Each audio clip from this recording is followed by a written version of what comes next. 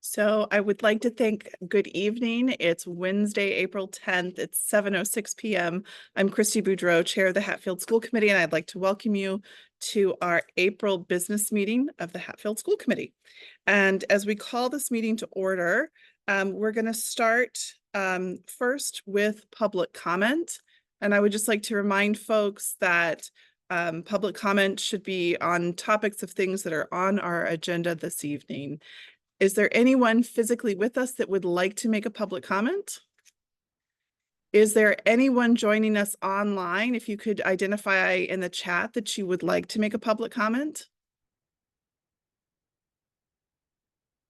Okay, can I just get verification from those of you that are joining remotely that you can hear me, just because we want to just do a little tech check? Can we get anyone to be on screen with a thumbs up? Thank you so much. Appreciate that.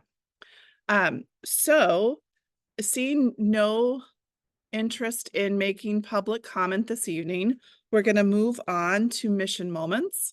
And if anyone would like to share, I will mute and turn the floor. I'd like to share one if that's okay. We had a great field trip, and I think the mission moment for me most recently is the look on our students' faces during the moment of totality for the eclipse on our field trip to Vermont. It was pretty spectacular.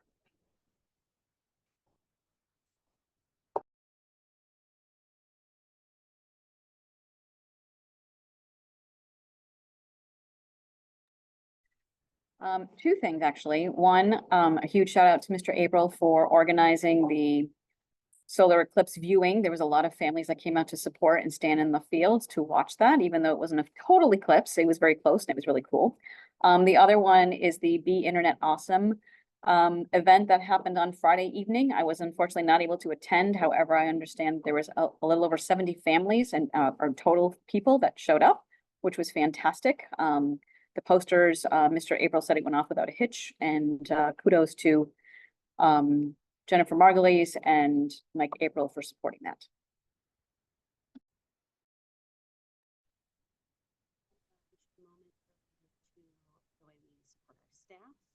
As you guys have heard, we have the new IEP coming out next year, and so we did the first of 3 offerings of an in-service with myself and Shannon Simzik. And Shannon, self, and Lisa Swanson went to Dedham, Massachusetts for a full day about the new IEP from districts that have piloted this year. And we went to breakout groups about what they learned and their tips and tricks. So feeling like we're supporting that new initiative.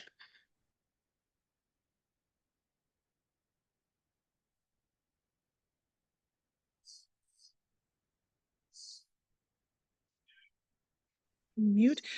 We're still working through some AI issues with our minute taking, but we think we have it solved. So next month, be prepared for many months of minutes. But the consent agenda is off for this evening. And so we wanted to make sure that we started this evening with the topic that we thought would probably raise the most concern. And so we're going to start with a conversation about the potential of moving 6th grade to Smith Academy. And with that, we've had a great start of the conversation. And I think the only thing I wanted to sort of preface with is we've had a lot of interest with a lot of questions that made maybe a few assumptions. And I just want to say, I think we started the conversation with the public very early so that the whole public came into this conversation with the school committee, and it's still a point of exploration. So we learned some of what we wanted to learn about the last meeting. We have more to hear tonight, and we will be back meeting again on the 22nd of April. So with that, I will turn it over to Dr. Driscoll.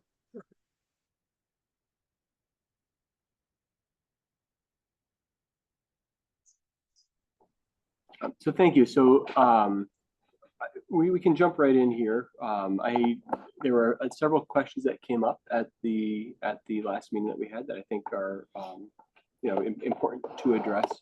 So we're lucky enough to have Jay Snuggie here, our Dean of Student Support, as well as our Athletic Director. I know there were a few athletic related questions, as well as Ms. Jenny Schreck, who is a sixth grade teacher at the elementary school, who have joined us as well. So one of the first things I'd like to talk about was is that I think it caught some people maybe off guard or by a little bit by surprise when we talked about having kind of what the rotation might look like with the sixth grade at the meeting, where we talked about having sixth grade for their core academic classes, kind of stay with the same sixth grade team that would move up to the middle high school. Excuse me. And then kind of include into the rotation the other pieces of the middle school. So I think there are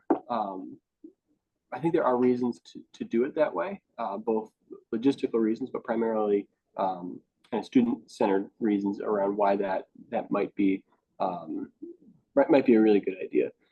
One of the things I've drafted is what it is not the schedule, but it's a potential schedule of what it might look like, and I'd like to hand that to the.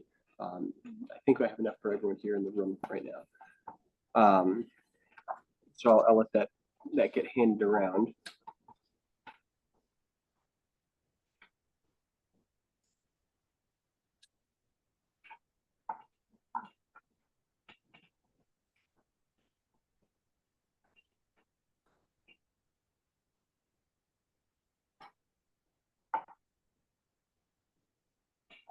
So you'll notice as you look at this that it's a 7-day rotation that we work on, and during the course of the day, we have 6 kind of larger academic blocks of time. So we start the day. Everyone starts the day in what we call home nest. It's like homeroom, but for the Falcons, and that's the start of the day for everyone.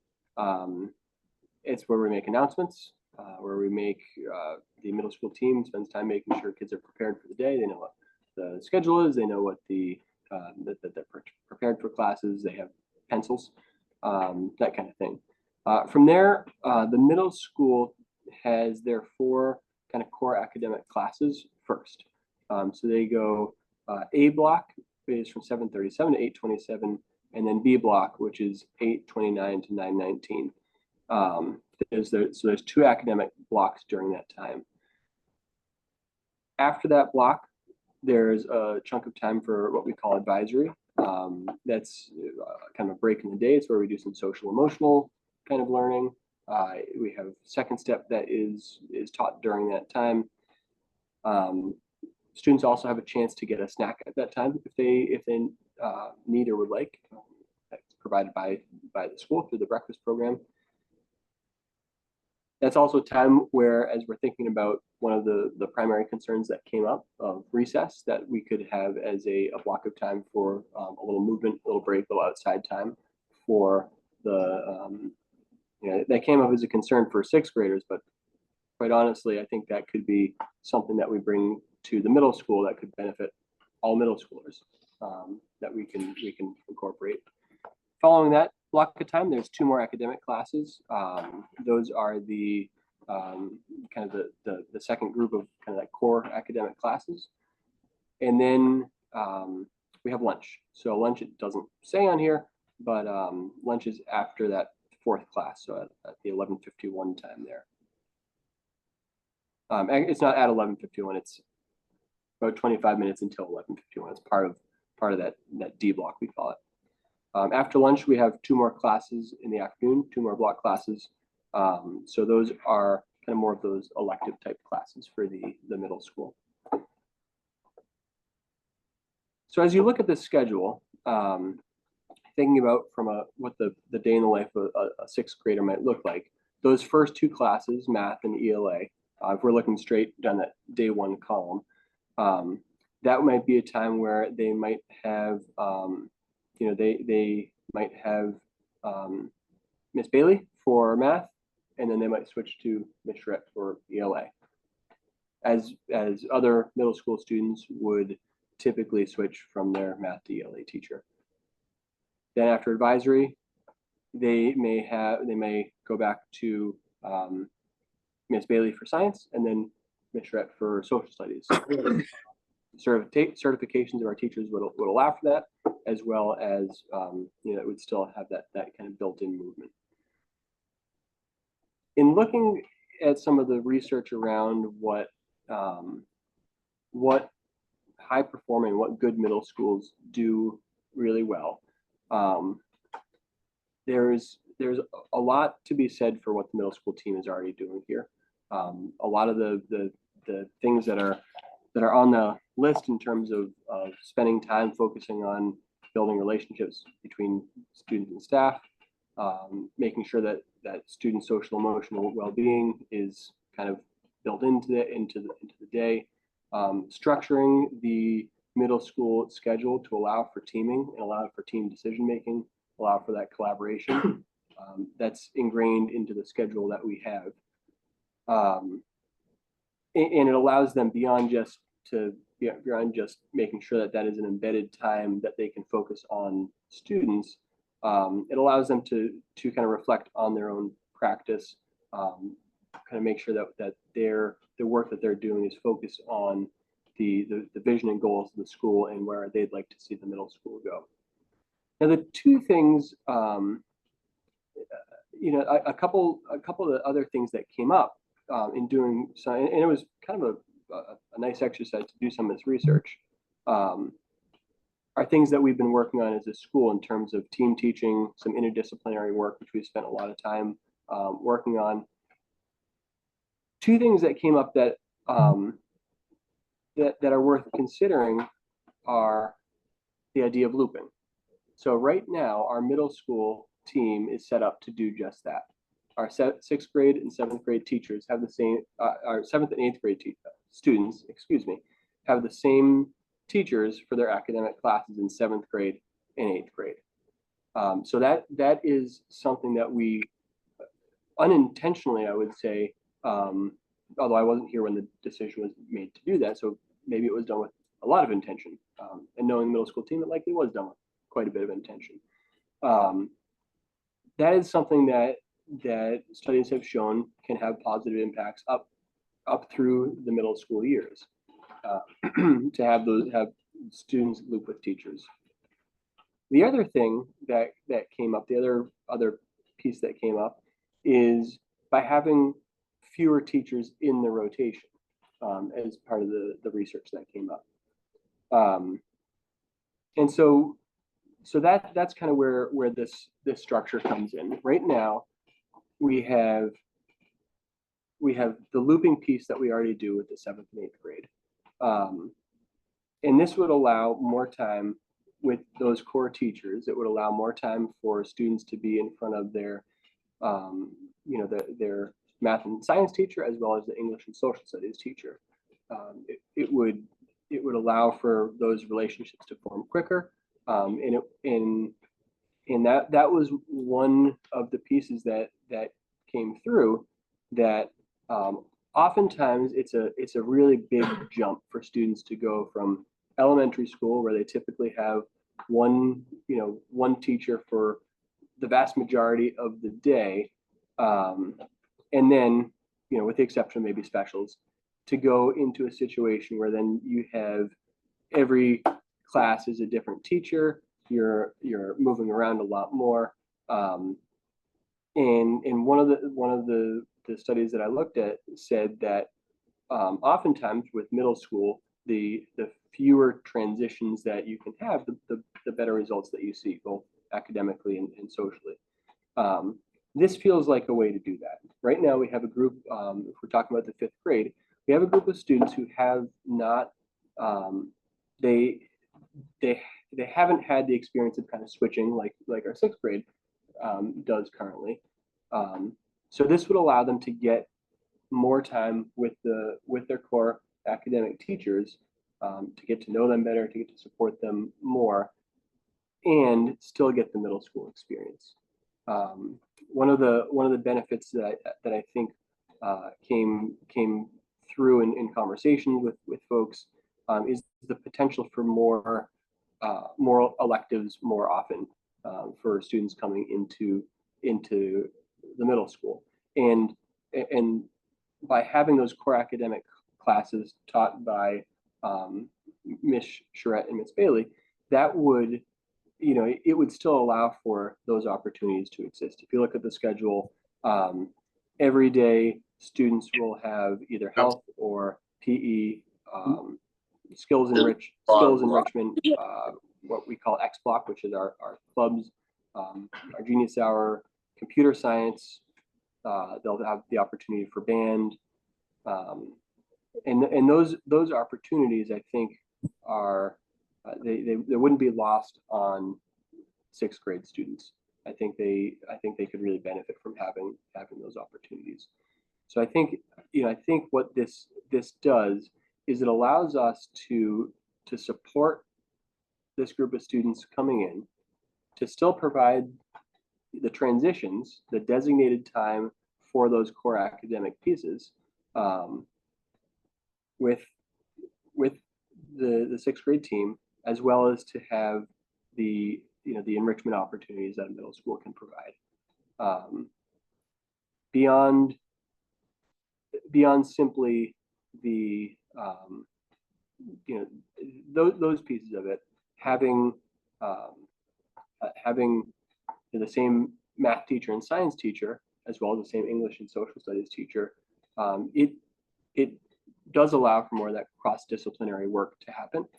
It allows for the curriculum of social studies to inform the curriculum of ELA and vice versa. And it creates that opportunity in those classrooms too, which we have seen, as a kind of a core component with what middle school does. We've seen to be very effective. So that I think that if Ms. Charette would like to speak to things that I haven't said, you're more than welcome to. But I think by having this structure, it would allow us to support our students more rather than less, which I think is always a goal that we would have. Beyond that, we're always assessing how we're doing and how how our systems and how our structures are able to support kids. If we find next year that, hey, we really think there could be a bigger benefit from a rotation, that's something we could potentially assess and think about. Likewise, we might take a look and say, hey, this looping thing is really great, and reassess structure that way. It allows us some flexibility to do those things that we might not have currently.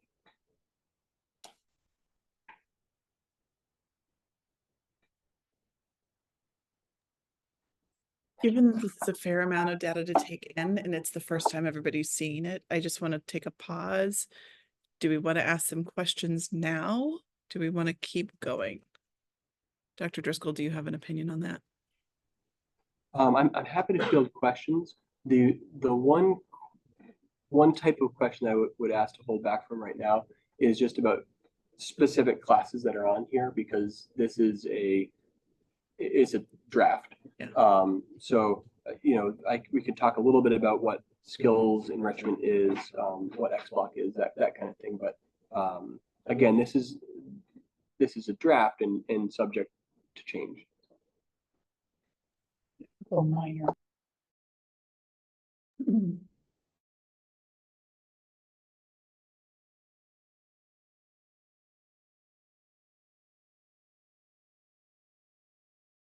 Yeah, well, Yes, CS is stands for computer science. thank you.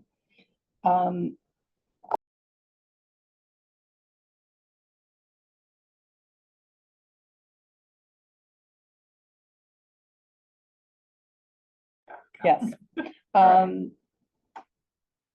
Advisory, would that be just with the sixth grade teachers Or is that going to be split between all of the middle school? Not necessarily. So advisory and home nest, students have the same teacher for advisory and home nest. And so it could be with the middle school team. It could be a time where, I mean, we have our dean of students has an advisory, our adjustment counselor has an advisory. So we have different folks. It would probably be with the middle school team, but not necessarily with the sixth grade teachers. That's what I thought, but I was asking so that Absolutely. others could understand as well. Lunch would be with the 7th and 8th graders as well, or 6th grade alone? Right now, we have a middle school lunch. We may look to shift how that is done next year, just based on numbers. If we had 6, 7, 8 altogether, that might be a lot. We might want to go to a 6, 7, 8, 9, 10, 11, 12 model. That's a possibility too. But And they wouldn't, sixth grade they wouldn't be with high schoolers. Right. They would only be potentially with other Middle middle schools. schoolers. Art, is that a half a year with health, or how would that look? The rotation is, And I'm sorry, you said not to ask about Yep. specific, no, but that's it totally just was fine. one that was missing. Oh. That is, it's not on there. It should be on here. So typically, health and art and PE will be in a rotation together. For sixth grade, I had envisioned computer science, band, and art being in a rotation together. So students who, and I think we'll be able to offer both band and art to students next year. But this, I would envision having having that rotation. So roughly 2 out of 6 days that a class meets, they would have either art and computer science. Okay. And are you going to talk later about the after 2 o'clock time? Sure, and I'm happy to talk about that right now. I didn't want to jump ahead or anything, but No, one thing that we've heard is that there's considerable interest in having an after-school program for students. Right now, we have after-school sports. We have after-school support that is offered every day by teachers. So students, if they're struggling in math or struggling in English, they can go and seek their teacher out for that extra support. But you know, one thing that we have heard relatively consistently from middle school families is they would like to have some kind of option for after school activities that might, you know, potentially bridge the gap between when school ends on a game day and going outside to play, or when practice starts, to bridge that gap, or if their students aren't necessarily sports minded, to have an option for students to have something to do after school that's enriching. I know Ms. Petra at the elementary school has started not just the after school program, but has kind of robust clubs that have started down there, and I think that's a model that we could use to develop an after school club, after school organization up here as well. I think there would be interest in doing that. And I also think that as we potentially welcome younger students into our school, we think about the supports that younger students need that older students might not necessarily need. And high school students are a lot more independent than middle school students. And so having that option for middle school students, I think would be a benefit.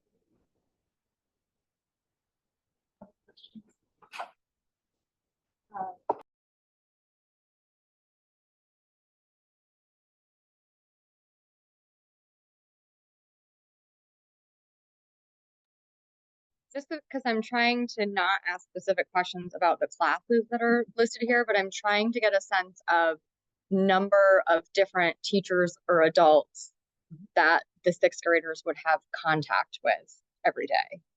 So when you look at kind of the afternoon of this, about how many different adults would the kids be would the kids be learning from, and how does that compare now? Because now they have, there's a different art, music, PE teacher. So how many more adults? About Sure. roughly. And that's a great question. And so at the elementary school, the way it currently works is, students have their core teacher for the day, and when there's a specials block, they have the special teacher. So they have, they have four other adults that teach them that they would need to know. That being said, they only have one kind of per day. Here, if we have health and PE that alternate, so that's two different teachers. We have art, band, and computer science.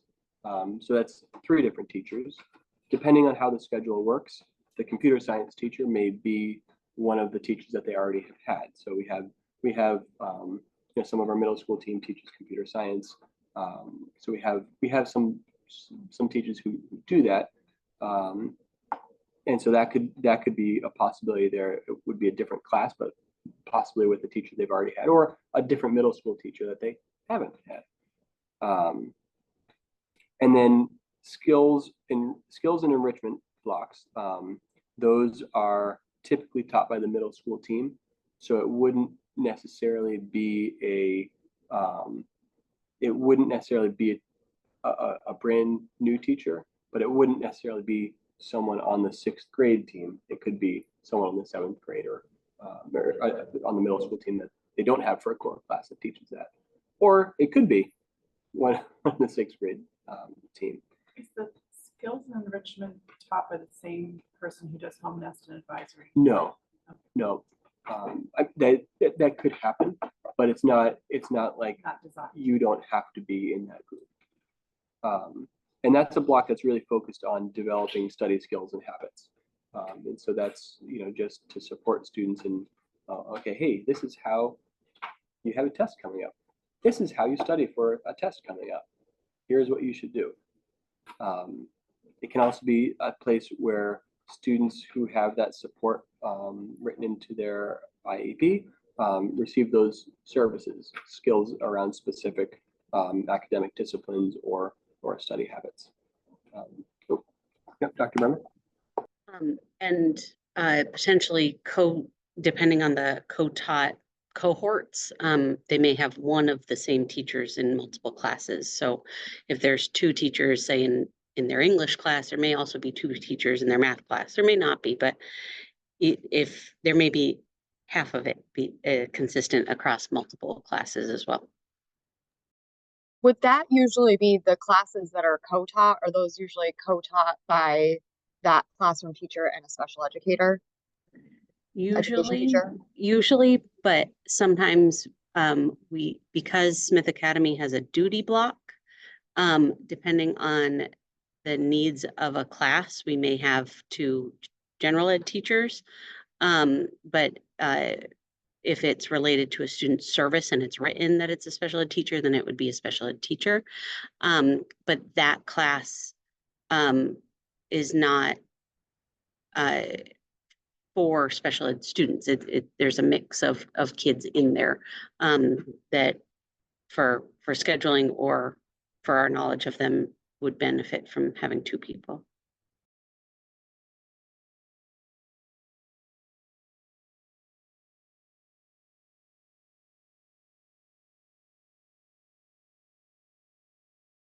It's like the So health, art, PE two, the three Mhm. for, Yep, then there's two more.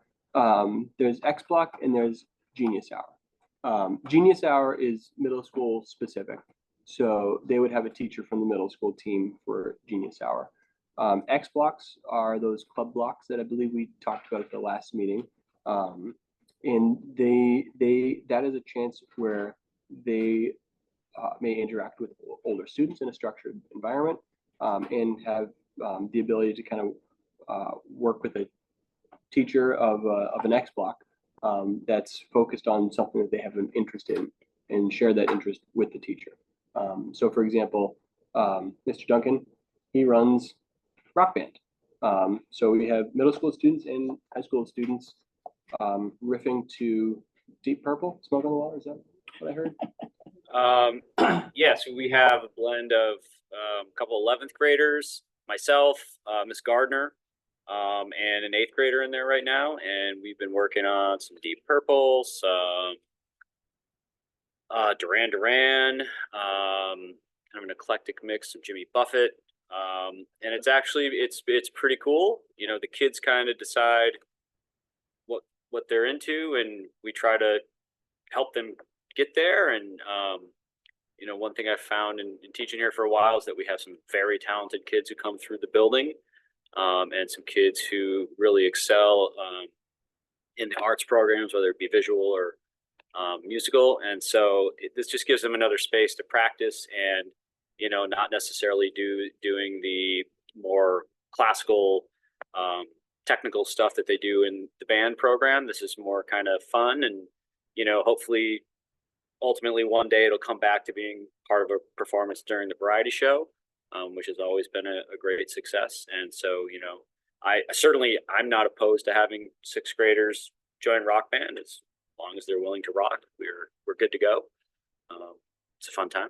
And I know a lot of the other clubs are not really age dependent either, you know, chess club, Dungeons and Dragons, stuff like that, where, you know, if you can roll a die and have the imagination, doesn't matter if you're 12 or 15 or 17. And you know, due to the, I guess, the cooperative nature of the X blocks, it's also a space where kids can build relationships across grades.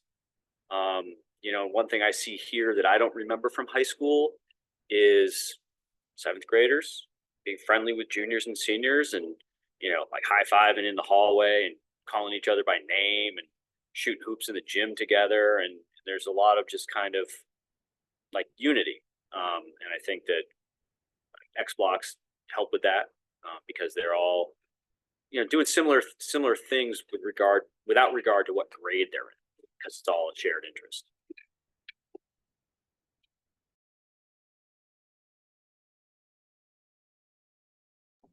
You have also read more questions. I think it's about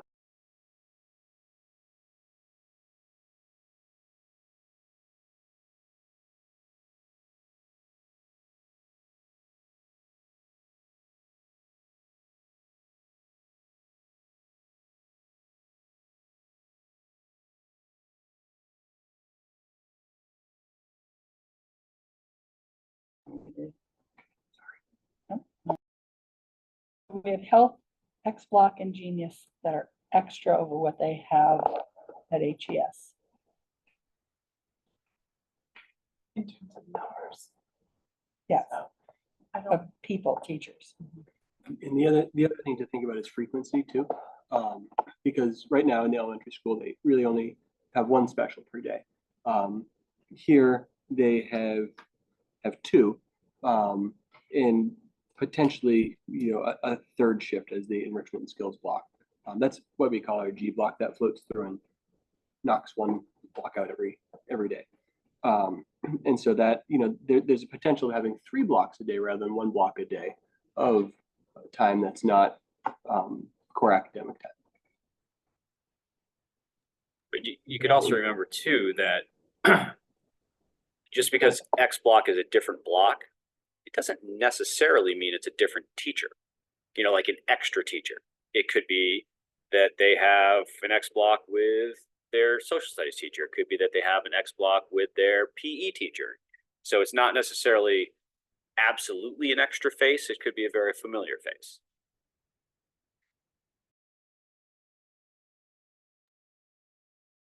Adam, did you? I have kind of vague questions. So when you talked about how middle schools that did well, that, you know, fewer transitions tend to lead to better results, looping tends to lead to better results. Is that specific to this? Is that specific to like 6th grades in middle schools, or just in general middle school grades? That that was general middle school grades. Most of the middle schools that were in that particular study were 6th through 8th grades, 6th or 8th schools. The biggest benefit they found was for 6th and 7th grade, for those things. By the time 8th grade hit, the benefits to both looping as well as kind of fewer transitions seem to kind of plateau. But yeah, it included mostly 6th through 8th grade schools. And this is coming out of the Duke study. This is like pulling data out of that. No, versus this is just different other- than the Duke study. This was I read it on the teaching report. I'm happy to send it to the community or the committee as well. That would be appreciated. Mhm. Do you have others? Not that one. Okay. So some of this has sort of come out. I want to get to how this differs from, we talked a little bit about how this differs from current 6th grade plans, because there already is a little switching because of the co-teaching model. And we've talked about the numbers of specials in the day, so there's a little bit more time. What I'd particularly like to learn is sort of how much time on core academics in this sort of setup and model versus what we currently do at the elementary school. So just looking at only 6th, and how different is that? There are 3 of you who could address this beautifully, and so however you want to do it. No, go ahead. So currently, we have 80-minute blocks at the elementary school for math and ELA. So this, don't make me do math quickly, I'm not the math teacher. 50 minutes, thank you. So this is about 30 minutes less per day on those 2 things, but we only have about 30 minutes a day on science and social studies. And so this would be an additional 20 minutes a day on science and social studies each. And then they only get 50 minutes of a special at this point. How does that compare to other districts or to standards? Like what is expected for a 6th grader to spend on their cores? So in terms of science and social studies, our 6th grade standards are grouped together with the 7th and 8th grade standards. And so we have more of those standards than grades K through 5 do currently. So that is part of where we're having a struggle in terms of meeting all those standards all the time. I'm not sure how that compares to other 6th grade outside of district. The enrichment block, though, would be math or ELA related as well. So there's 50 minutes set for that, but then there would be a more targeted time within that other 50-minute block. So we wouldn't get to 80 necessarily, but more than 50. And they work on the way that the science and social studies standards are written. They have to embed ELA standards within them.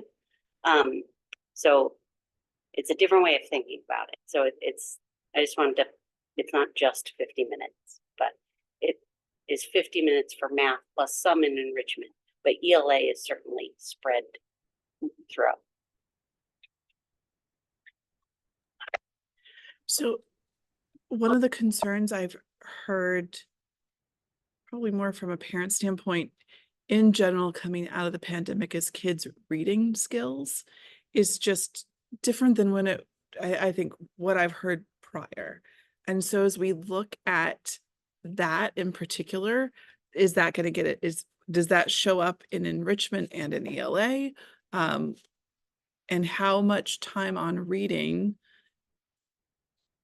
at an elementary school model versus a middle school model, and what is, it may be too soon to have had that conversation, but that I'm curious what that conversation's like. What are you looking at? How does that get addressed? Sure, I don't think it's too soon to have that conversation, because I think that has been, that's been pretty well documented. The long-term effects of the closure. That being said, we've already started talking with the 6th grade team about how they might envision those enrichment blocks and skills blocks running. Additionally, I know that some of the intervention teachers at the elementary school have reached out about possibly continuing support for the upcoming sixth grade to make sure that the skills that they're working on are really dialed in to get them prepared.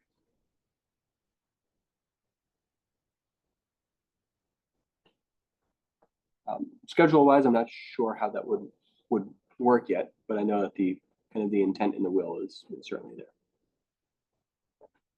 Between enrichment and skills.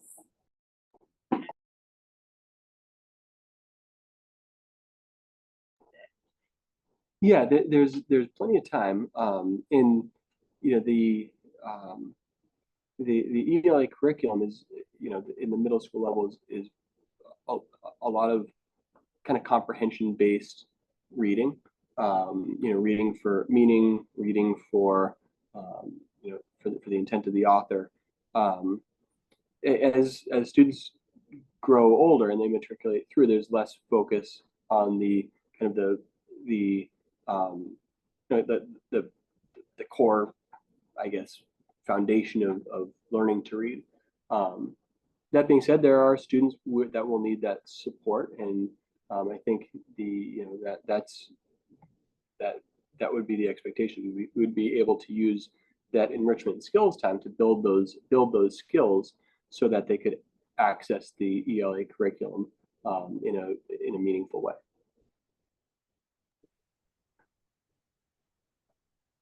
Other questions? I had one that kind of goes on it. So if, with that conversation, so if we have students who need more support or have IEPs or are getting some type of related service still as sixth graders, that would then, those services potentially, if it were appropriate, would be built into these enrichment skill blocks. Yeah, sure. So yes, and so we offer different individualized supports based on the plan. So for instance, with the idea of literacy, that we haven't in recent years at Smith Academy needed a targeted learning to read or literate, still learning to read, literacy kind of level ELA service with a cohort of kids, individual here and there, and we've met that need, but not a cohort. And we're looking that this next year, whether or not sixth grade is coming here, we're going to need to have a literacy service for some students. And so where that service, we just like a skills class or a pull-out math class or a pull-out English class, they'll happen within the schedule in the way that makes the most sense for the student, because we don't want to limit that student. So for instance, we may have a pull-out English class that happens at the same time as an English class, or we may have that a student goes to the general English class or the pull-out English class and has a literacy block or two a week. So we make it work within the schedule based on student needs. And we've, the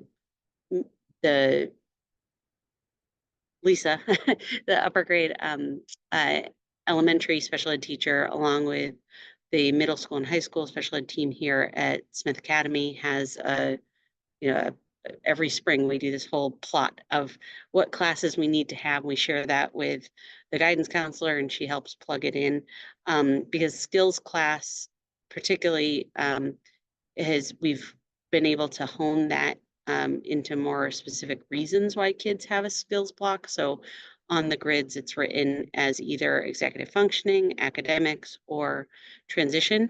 And so we're able to manipulate the schedule a bit better so that kids who are in skills are there for a similar reason.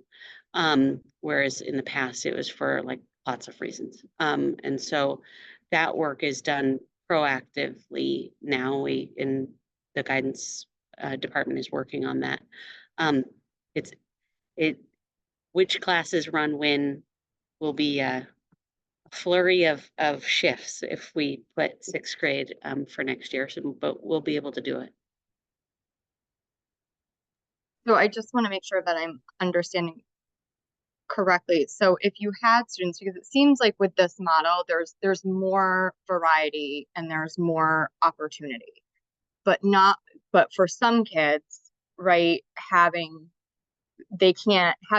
more on what is already kind of a lift for just your core would be too much. So you would use these enrichment skill blocks, or you would look to take some of what is extra for the students that can do it, and that would just be doubling down on more of what you need during that block. And so thank you, that answers my question. And the last question I had is, for next year, how many of those specialists, or do we know what the pull would be from elementary to here with that shift, with those specialists, to make sure, because the structure is changing, that those students are still getting supported? The biggest pull that I can see is related to increasing the counseling caseload here. It certainly will mean, a bit of a shift, maybe for one or two cases related to speech and OT. But by and large, a lot of those services have faded by the end of 6th grade. But counseling services are a service that we kind of see sometimes come and go, but particularly as hormones come into play and changes happen with social needs in middle school and high school, we sometimes see an increase in the need for counseling services already. And so that counseling caseload will be an added amount here. That's the biggest piece that we see. Some of the other needs that we've talked about, we'd already started to problem solve around if, for instance, like a literacy block, if we already were talking about that maybe needing to be a cross-graded cohort if it was similar skills that they needed. So to me, that's the biggest thing that's jumping out that we've talked about. I don't know if you had anything else there. In terms of supporting in that in the literacy block or the math enrichment block, in pulling resources from the elementary school, that's not, we haven't, that conversation would come from the scheduling, looking at student needs, looking at our schedule and the elementary schedule and saying, hey, is there a time that makes sense where we have this, this skills block at this certain time where we could use a little extra support and someone's available. That we're not at a point yet scheduling wise where we've been able to make those determinations. I have one more question. I'm just wondering, because for parents, and kind of jumping from that, like your 6th grade to now this model that we're talking about, I'm just wondering, who do we think kind of in this model becomes sort of the point person for parents or for struggling students? Because it would have been Jenny, you, and the 6th grade teachers, but now if you're seeing that student, if I'm understanding this correctly, potentially only for like 2 core academic blocks a day, I feel like for kids that are going to struggle with this, like who's their person and who's their parents' person? Yeah, and that's a great question. And there's two answers to it. First of all, if they're struggling in a specific class, that we always encourage parents to go to that teacher first. At the elementary school, you only have really that one core teacher, so that's an easier thing to do. But that's also part of the reason that we put the advisory block into the schedule, is that the advisor isn't just like someone that teaches the second step class. They spend time in advisory talking about academics, setting goals, and that the advisor can become kind of that point person for a student. I will also say that part of what the middle school team does really well is they spend time when they meet as a team to coordinate communication to parents. That's one of the things that we receive routine, very positive feedback about, is that they will, because, if Connor's struggling in health class and also in, I don't know, in music and then also in math, it opens the space for that conversation to happen where they can say, hey, look, this is what we're seeing kind of across the board. We need to put some things in place. So that's part of the middle school team structure that allows for that coordinated kind of communication effort to happen. And so that's a kind of a multi pointed answer, but Can I add something to that Mhm. also? Right now, that's. We also do it in sixth grade. So I only teach English and social studies. So I may have a student in my homeroom, and because of services they receive, I may only see them for that half an hour of social studies a day, even though they're in my home classroom.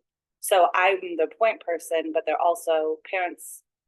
I think we communicate well in sixth grade, but we have a weekly newsletter. Most parents email both me and Megan when there's a concern. I might have a parent email me about math, but I don't teach math. So then Megan and I formulate responses together, or we are usually part of the conversation as a team.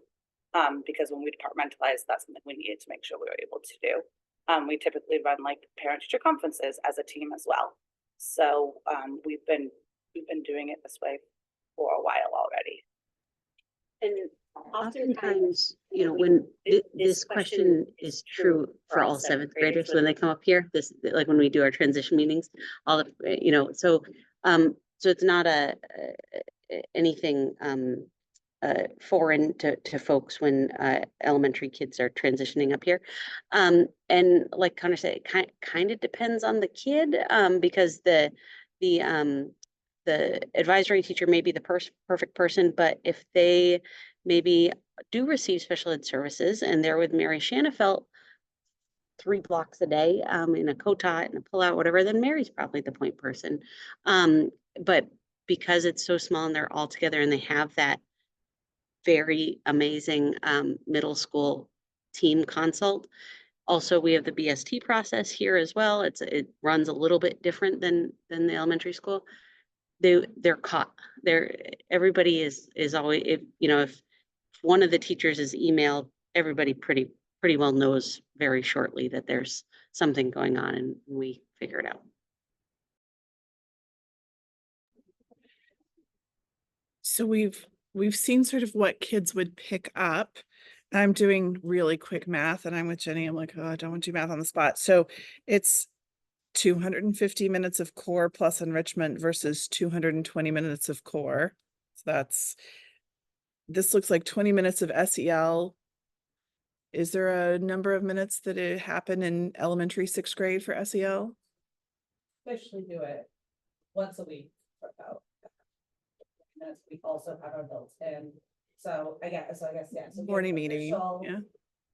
Second step time once a week, and then we do morning meeting for about minutes. Okay, so that sounds close. This schedule looks like it would be about 100 minutes on, I'm going to just lump it as specials. Some of it is more academic focused, some of it is more elective focused. I guess my question in all of this is sort of like, okay, I see what we get. What would they give up? What would they not have in this shift of schedules? Do we know what that is?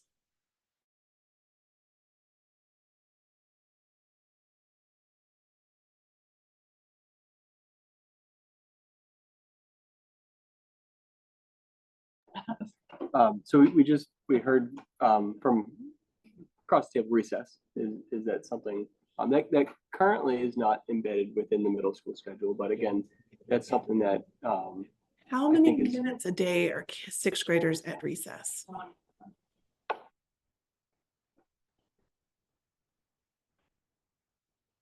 Is the lunch duration the same? Oh, so we don't really- it's I think it's 27 minutes here, 26 minutes maybe. Funny, I feel like. They're usually done with their food in the first 8. Um, and for current 7th grade, kind of added on some recess after lunch. We did, yeah. So currently, now that it's getting warmer and nicer again, we'll start doing this more. Is at the toward the tail end of lunch, last 10 minutes or so. Oftentimes they'll get brought outside for that chunk of time. So if they're finished with their lunch early, or even if they're not, and they finish up after we've already gone out, they can kind of come outside to play soccer, run around, roll down the little hill, all kinds of stuff they do. I'm just cognizant that we're an hour into our meeting and this is really important stuff. I want to also hear from our Dean of Students. And I'm sure there may be more questions, but if there's any burning question on scheduling kind of stuff, let's not skip it. I just have one follow-up. You talked about the strengths of looping. What are the known weaknesses of looping? The drawbacks have been that students are with the same teacher for in many cases that were cited for 2 or more years in a row.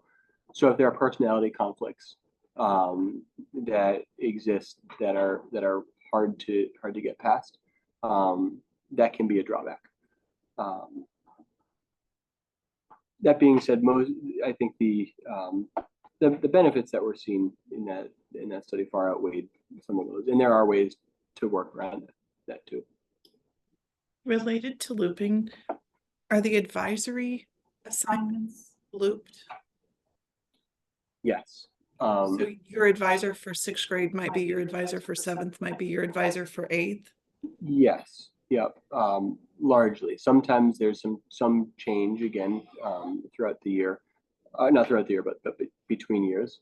Some years we have staff who may decide, hey, I really want to have an advisory this year. I didn't have one last year. We might have a staff member that says, hey, I really I love advisor, but I'd like to maybe not have one this year because it's an extra stipend. So there's some shuffling that can happen there.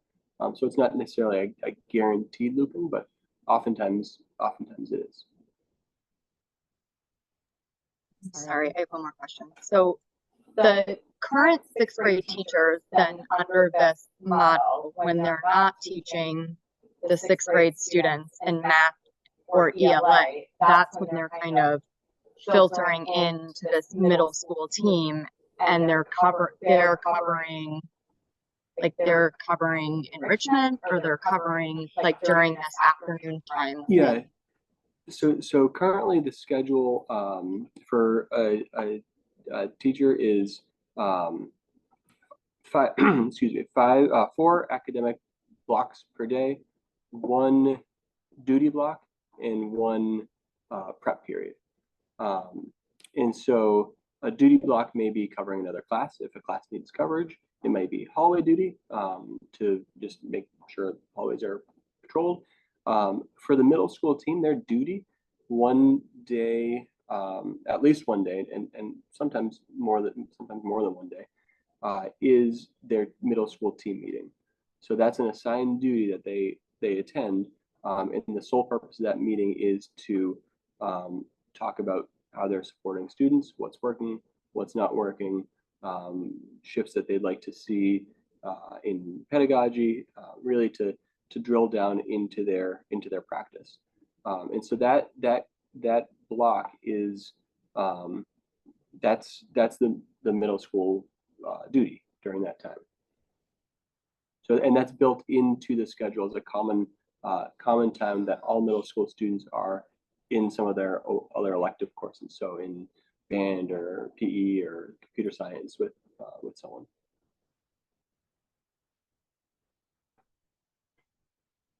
Just to interject, if you do have questions for me, I have 15 minutes of battery left and I have to pick up on the cross.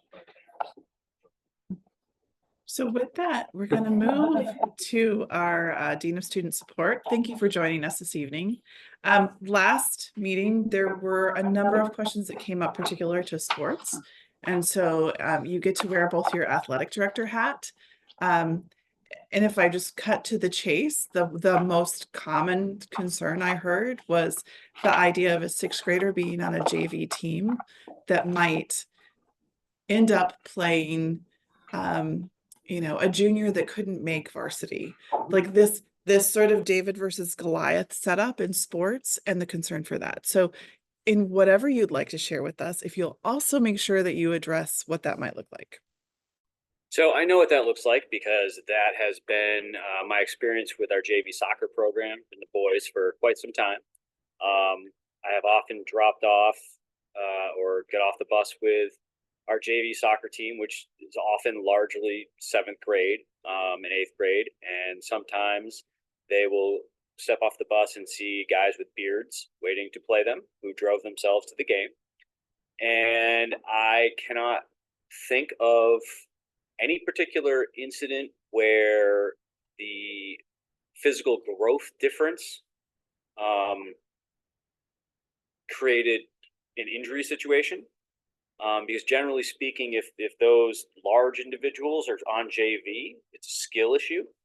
So if we teach the kids the proper skills, they can then compensate for size and speed. That being said, a lot of the Franklin County teams have middle school sports. And so this winter, we were able to have a middle school basketball and a middle school for both boys and girls. So we didn't have JV girls basketball because we had 10 or 11 7th and 8th grade girls. And rather than have them play 9th, 10th, 11th graders from other schools, we had very good games with our local schools that we play in other sports and other leagues and whatnot. And I think the development was very positive. Same thing with the boys. We had enough boys so we could have varsity JV in middle school. In the past, I have certainly had 8th graders on my varsity soccer team playing against seniors. But one of the prerequisites is that they are physically ready. And one of the concerns I had this year going into baseball season, we have 12 or 14 7th grade boys playing baseball, which is awesome. But I was concerned that I was going to have to put like 6 of them on varsity. And luckily we got more boys to come out. So I think we only have a couple middle school guys that are floating in between and maybe 1 or 2 that they're permanent varsity, but they belong there. They have the skill set. They have the, acumen within the game to play properly and not be at risk. Some sports we don't have sub varsity teams. I'm thinking field hockey, girls soccer, softball right now. But if we had an influx of students, we might be able to have sub varsity teams with a sport like field hockey. I'm not sure how many sub varsity offerings that would be, but I do know we have a rec program in town. I also trust our coaches to not put our kids in harm's way. I think we have good coaches in place who understand who their players are and when it's appropriate for them to be in games versus when it's not. I know like in soccer this year, our 7th graders kind of gradually increased their role on the soccer team as the season went along, ultimately playing some very significant minutes in important games and being very successful with it. So for me, it's not a huge concern. I hear it as parents. I'm the father of a 7th grade girl who played JV soccer for Amherst this year. And that was an exception because of their principal situation over there. She's not a big person, but she has the requisite skills to navigate the field and was just fine. So I don't see it being a huge issue unless we're forced to field a varsity team of 6th graders, which I wouldn't do. I would pause the varsity program and kind of build from scratch with the younger players and have a sub varsity season in anticipation of having a varsity season in the future. Do you see an impact from in the sports program as a whole by adding sixth grade to Smith Academy? I can see where, in a couple sports, I'll say girls basketball, for example, it might allow us to have a varsity JV and middle school program, where the sixth graders would more than likely be on the middle school, seventh graders would more than likely be on the middle school, and then we'd have eighth and high schoolers that didn't make the varsity team as the JV. Perhaps the exceptional seventh grader might slide up to JV if that was an appropriate competition level and they were physically ready to play. I don't see it having a negative impact on the sports programs. I think positive. I mean, adding middle school teams, I think is a good thing. Gets the kids engaged, gives them something to do after school. Kind of makes them feel part of the greater community because they're contributing in some way. They get gear that says Smith Academy on it. I also think it's a nice draw if we're talking about school choice, because once we start getting south of Hatfield, there's not very many opportunities for middle school sports. You have to play rec, you have to play travel, you have to play club, and those are not affiliated with the school. And so, you know, I see it as a positive thing, both for the students who are already here and to potentially attract middle school students into the building as well.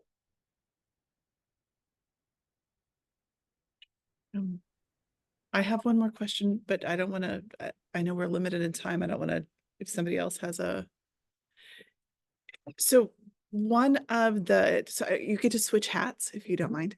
One of the things that has come up, particularly from the Duke study, if that's something you might have heard a little bit about, was the idea that from the standpoint of behavior issues and like trips to the principal, that sixth graders are more likely to be in trouble in a middle school setting than an elementary setting.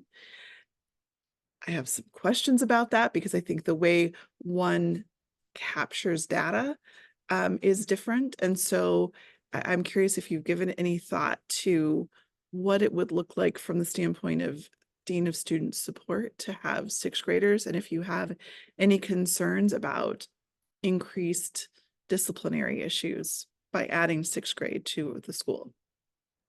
I don't have any immediate concerns. So when I became Dean of Students and stopped being a high school English teacher, one of the things that happened almost immediately was I got to know more middle school kids. And it wasn't necessarily because they were getting in trouble and being sent down to my office. I mean, not that that hasn't happened, but it allowed me to be in the hallways. It allowed me to cruise through classrooms, see what's going on in a classroom, you know, pop in on a lesson, talk to kids while they're filling out a worksheet, working on a lab, all that stuff. So for me, it, you know, part of how I envision this hat is building relationships with kids, having conversations with kids, and not being like the big bad wolf who is, you know, Captain Detention or whatever. You know, and I feel like, you know, maybe some of those kids that were initially sent to me for that reason, I don't see that many of them anymore. Because instead, I'd see them in the hallway. They're like, "Hey, Mr. Young, what's going on?" You know, or when's our baseball game today? When's the bus leaving? You know, and so, yeah, am I gonna probably, because there's more of that age group in the building, the data is gonna show that more of those kids might see me. But if our high school suddenly expanded in size, by default, I would also probably see more high school kids. So I'm not worried about it. I've taught seventh grade before. I've taught eighth grade before. My first experience here was teaching in the middle school. So, you know, I'm comfortable with whatever challenges this may bring, but I'm kind of also looking forward to like the rewards as well.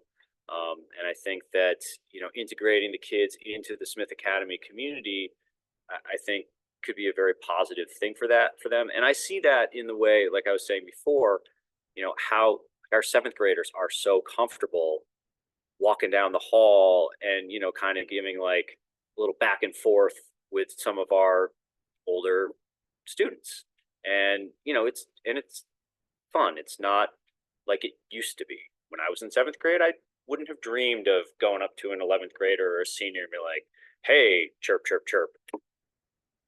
But now, and that they just kind of know, like, hey, okay, you guys are in 7th grade. This is how you roll. Let's go back to class. And it's a pretty positive relationship from my perspective. Do you see benefits for those interactions in terms of better behavior for younger students by being around older students? I think we have some cases where, yes, because we have some younger students who seek out some of the older students. And I've had conversations with the older students. Hey, when they seek you out, if you could take a walk back to their class with them, that would be great. And they have. And so the younger students kind of get that sense of like, aha, I might be out of class. Little do they know, we have a plan, and they are kind of falling into it. And so they get that, I know there's some concern about recess and moving around and break. Well, they're taking a walk to get a drink and maybe popping in somewhere else to find, a high schooler that they want to chat with, but that high schooler is redirecting them back to class.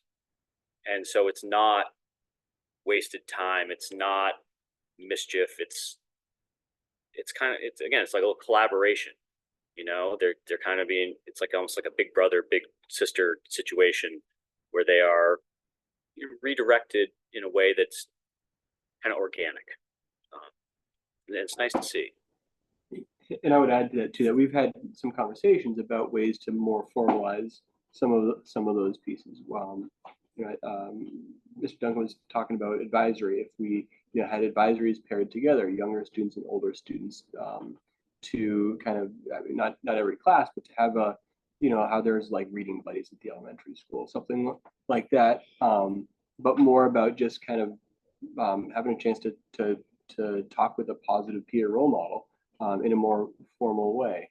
That opportunity exists. It exists currently, and I think it's something that we are in a pretty unique have pretty unique ability to capitalize on that with the community that we have here.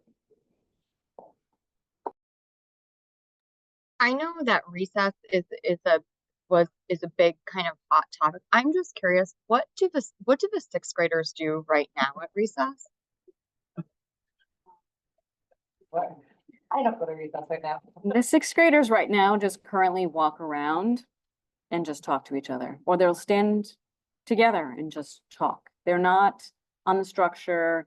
They're not playing. A few kids will play games. Some of the boys have been doing like wall ball. They would just throw a ball against the wall. They kind of create this thing. But generally speaking, they're not out there playing.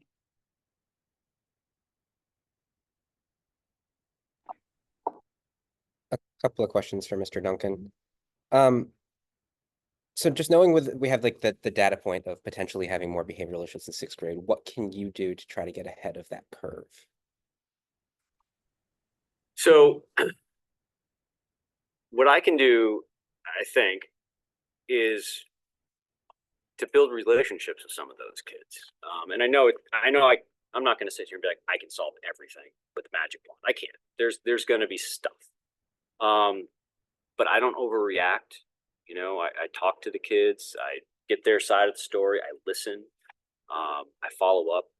I communicate with their teachers. If I have to, I'll communicate with parents. But a lot of what seems to have worked so far is to give the kids some ownership in that. What'd you do?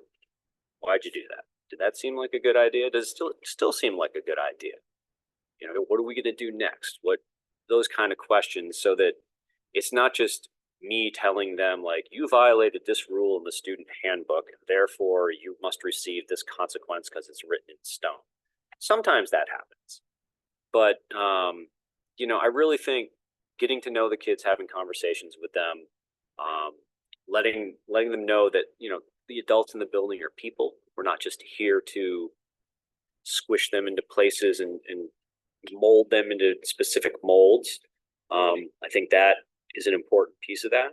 But at the same time, the middle school team has rules. I'm assuming the sixth grade team will have rules. And, they need to be followed. And, and there are reasons for that. And I don't mind explaining that to the kids. And I tell a lot of the kids, I tell them, my door is open.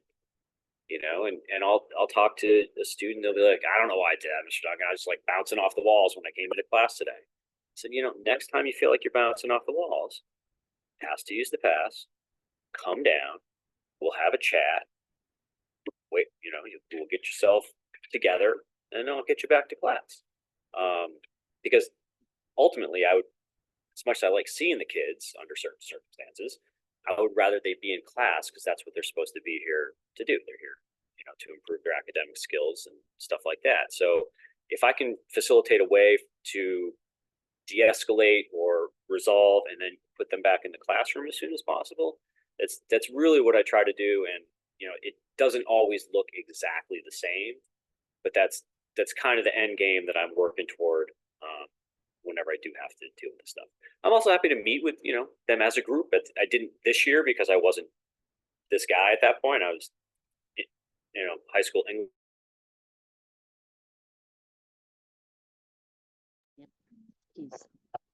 Oh, my battery just died.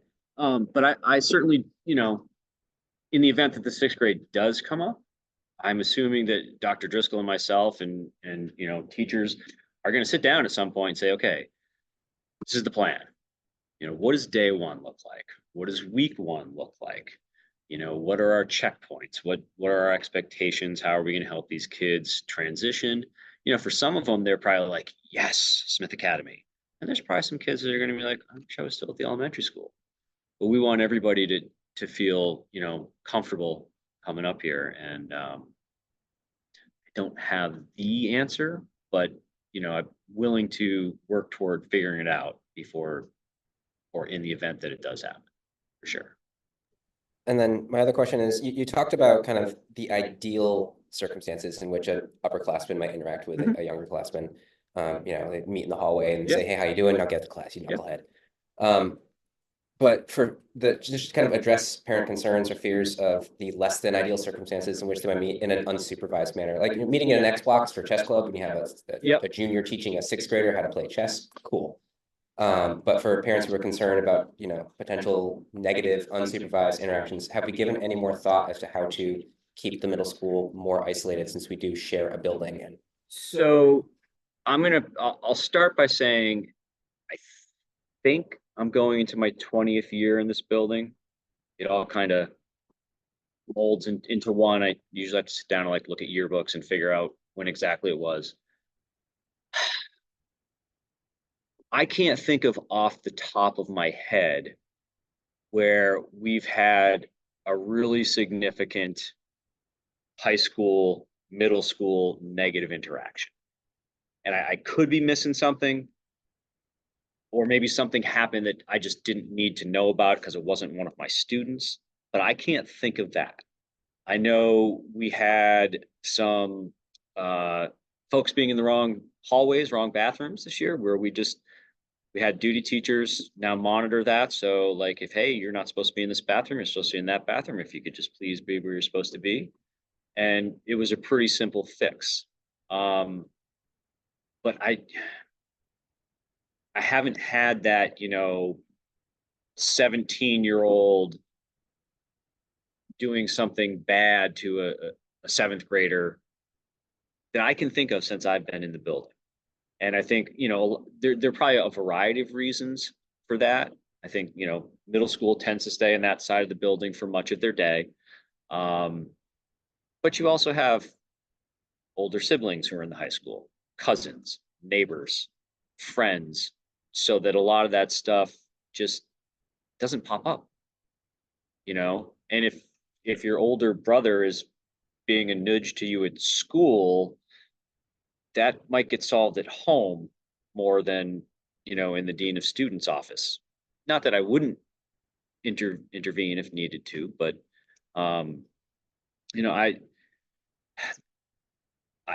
I don't, a lot of the conflict I see since I've taken over this position is within grade levels. It's not 11th versus 8th. It's not 12th versus 9th. It's not 10th versus 7th. It's a couple middle school kids getting in an argument over, middle school stuff for the most part. So I haven't seen those, those age gap conflicts or problems or incidents arise. And I don't know if Dr. Driscoll has anything that I missed, but that's my sense of it. The kids in the building, I mean, if you come to Spirit Week and you watch like the Friday Spirit Day, they divide it up into purple and white. Okay, so when the 7th grade white is going against the 7th grade purple, everybody wearing white is cheering for the 7th grade white. It's not, well, you're in 7th grade, we're not cheering for you. It's they are one. They are people wearing white t-shirts, whatever else they've done, white hair and whatnot. And it's the purple cheering for the purple. And even when the 6th grade came up last year and miraculously defeated the staff in tug of war, the students were cheering for the 6th grade. It was that sense of community because they knew they were coming up next and it was going to be their turn at some point. And they remember being in 7th grade doing that and for the first time and how much, fun that was. And so there really is, I think, that sense of, I just feel like the high schoolers don't seem to meddle with the middle schoolers that much. They're there, but they don't go out of their way to have negative interactions with them, as far as I can tell. Whether that be in the hallways, the locker rooms, the cafeterias, the playing fields. I don't know about bus incidents. Nothing's coming across my plate about that. But Went to DC last year. We had that bigger grade span than people planned on.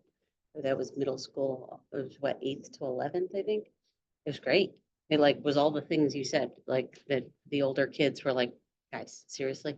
And we didn't have to get involved. So, that's just another example that age span. I mean, I think it's something special about Smith Academy that's true. But it definitely has been fostered. This is one of the first things that the 6th grade team talked about with the middle school team is we knew that was going to be probably one of the biggest questions is that's a large age gap between 6th grade and 12th grade. And the middle school team said they have quite a few things in place as it is. Their classrooms are grouped together. This meeting is being recorded. Oops. That there are, middle school specific bathrooms. There is typically people in the hallway during all those transition times that are already in place that is helping the 7th grade with that transition. And that this would just be another reason to kind of invigorate some of those processes that they put in place and making sure that they are scheduled in regularly and continued faithfully going forward.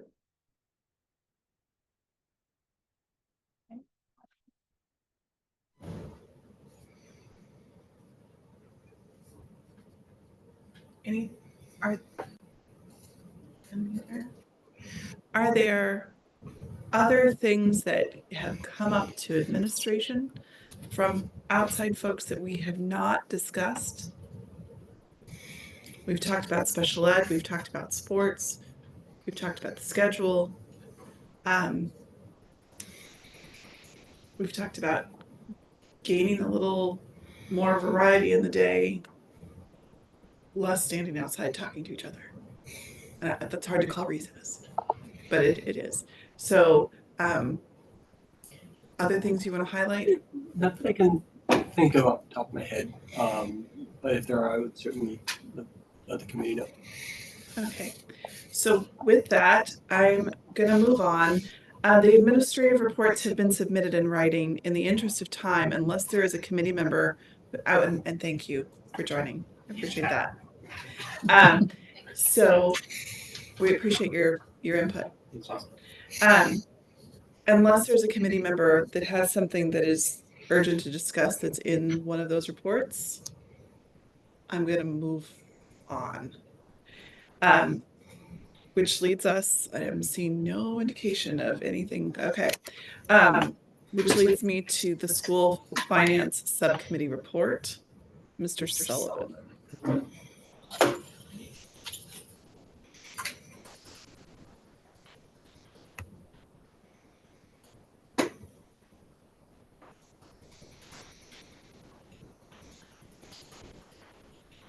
Okay.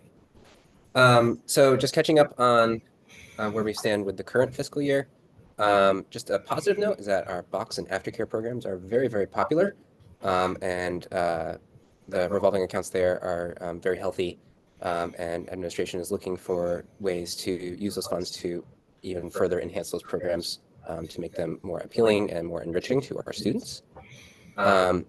Our food services account is draining, but it's going to end the year with, we think, about $5,000 left in its revolving account. We started with 23,000, and this just kind of goes to show the meals are free, they're paid for by the state, but that doesn't cover the whole cost of providing those meals.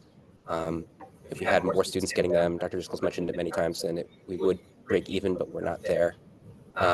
In previous years, we've not budgeted any additional funds into food services, and then we kind of deficit spend it, and then replenish it at the end of the year. This is kind of what the DPW does with some snow plowing, snow removal services. Next year, we're going to try to get ahead of that curve, and we're going to just pre-budget 25,000 into that account. Circuit breaker funds, right now we're forecasting about a $20,000 to $25,000 deficit in that account, which is an improvement from one of our previous meetings. With some additional payments coming in and some adjustments that might come down to about $8,000. We do have tuition coming in now for a new tuition in student in our step down program. So thank you to Molly for developing that program. We're still experiencing deficits in high school special education transportation, down about $14,000 there. So all told, we were looking at anywhere between $42,000 and $56,000 in deficit across the accounts. But we still have over $100,000 in unencumbered funds. So we're looking like we're going to have a balance remaining at the end of the year that we're hoping to roll over into our school choice funds for the next fiscal year. We do have a couple of expenses coming up. There's a $12,000 expense for upgrading walkie-talkies. But thank you again. This is probably the 14th or 15th time we've thanked Nurse Jean this year for covering that with one of her grants. And then our upgraded phones, it was discussed previously, we switched from regular phone service to VoIP. And then a glitch was discovered where if the power should fail, we can't call 911. So we need to address that fairly quickly. And Dr. Driscoll got an estimate of around $11,000 to address that. And assuming that our fiscal picture for the rest of the year looks pretty good, we'll get that done by the end of FY24. But if not, there's a backup. If not, there's backup. If not, the walkie-talkies will work in the emergency situation. Looking ahead to FY25, we had been asked by finance to just demonstrate what a level services budget would cost us, what it would look like. And a level services budget would be about $6.5 million in local revenue required to fund, which would be a 9.4% increase over the current year. The budget that we're proposing is not a level service budget. It's a 2.5% increase, or it's $6.1 million in local funds. Staffing costs are the overwhelming bulk of what we're dealing with. We have a 2.6% contractual increase for next year. So that eats up most of what we're dealing with. For comparison, Northampton is reporting level services would be about a 14% increase. And they originally proposed an 8% increase, and they just recently redid that for a 4% increase. So we are looking better than some of our friends and neighbors. Preschool for next year is an interesting situation. So preschool needs about 22 full-time students to break even with our current model: 2 teachers, 2 classrooms, 2 teachers, 2 paras. Currently, we have 18 applicants for next year, 7 of whom are local returns. Local students coming back, 10 are new local applicants, 1 is a returning out-of-district student. So on average, about 16 full-time students is what we're looking at. which doesn't cover the cost of that program as it's designed. So when you factor out students who are in the program who are not tuition paying, we would have about $85,000, $85,400 in tuition versus over $170,000 in cost. So it leaves us about $75,000 short. So we discussed options to try to address that. We could have, if we have one teacher and one para, or just two teachers and no paras in one classroom, you can have a max of 20 students. Assuming you have no more than 5 students with IEPs. If you have 6 students with IEPs, the max is 50. So as soon as you get there, it would trigger automatically needing a second classroom. Students with needs, students on IEPs, they can enroll anytime throughout the year. Well, typically we're getting anywhere up to 3 students during the year referred to our program who have to enroll in the middle of the year. And we currently have 3 students in the program for next year already needing services. So we're at that cusp where if we got more than 2, if we had a 3rd student come into the program in next year, we would automatically need a second classroom. Or a student an existing student diagnosed would also. Correct, yeah. So we had a conversation about how to address that. If you wanted to just roll with it with 2 classrooms, if you wanted to try to go ahead with 20 students in one classroom, that can be an open discussion that we have as a group. The application deadline was April 1st. We discussed, should we extend that deadline to see if we can get more applicants, reach out to families who are waitlisted at other programs. There's options to try to grow the program, but time is kind of running out. Why don't we stop and have a conversation? Okay. So this is what, we've had extensive conversations in school finance subcommittee over this, over a period of many meetings, as we sort of watched where all of this came in. It is very much at the cusp, and there's a fairly good likelihood that we would, if we only set ourselves up with one preschool classroom for next year, there's a pretty good chance we'd be in the middle of the year and we'd need to start a second class.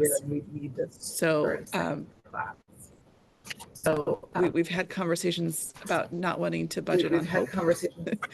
It's not a particularly strong position. The flip side of that is we will have to find offsets, because I don't think we're looking at coming back in and recommending more than the 2.5% that we're going to ask from town as an increase.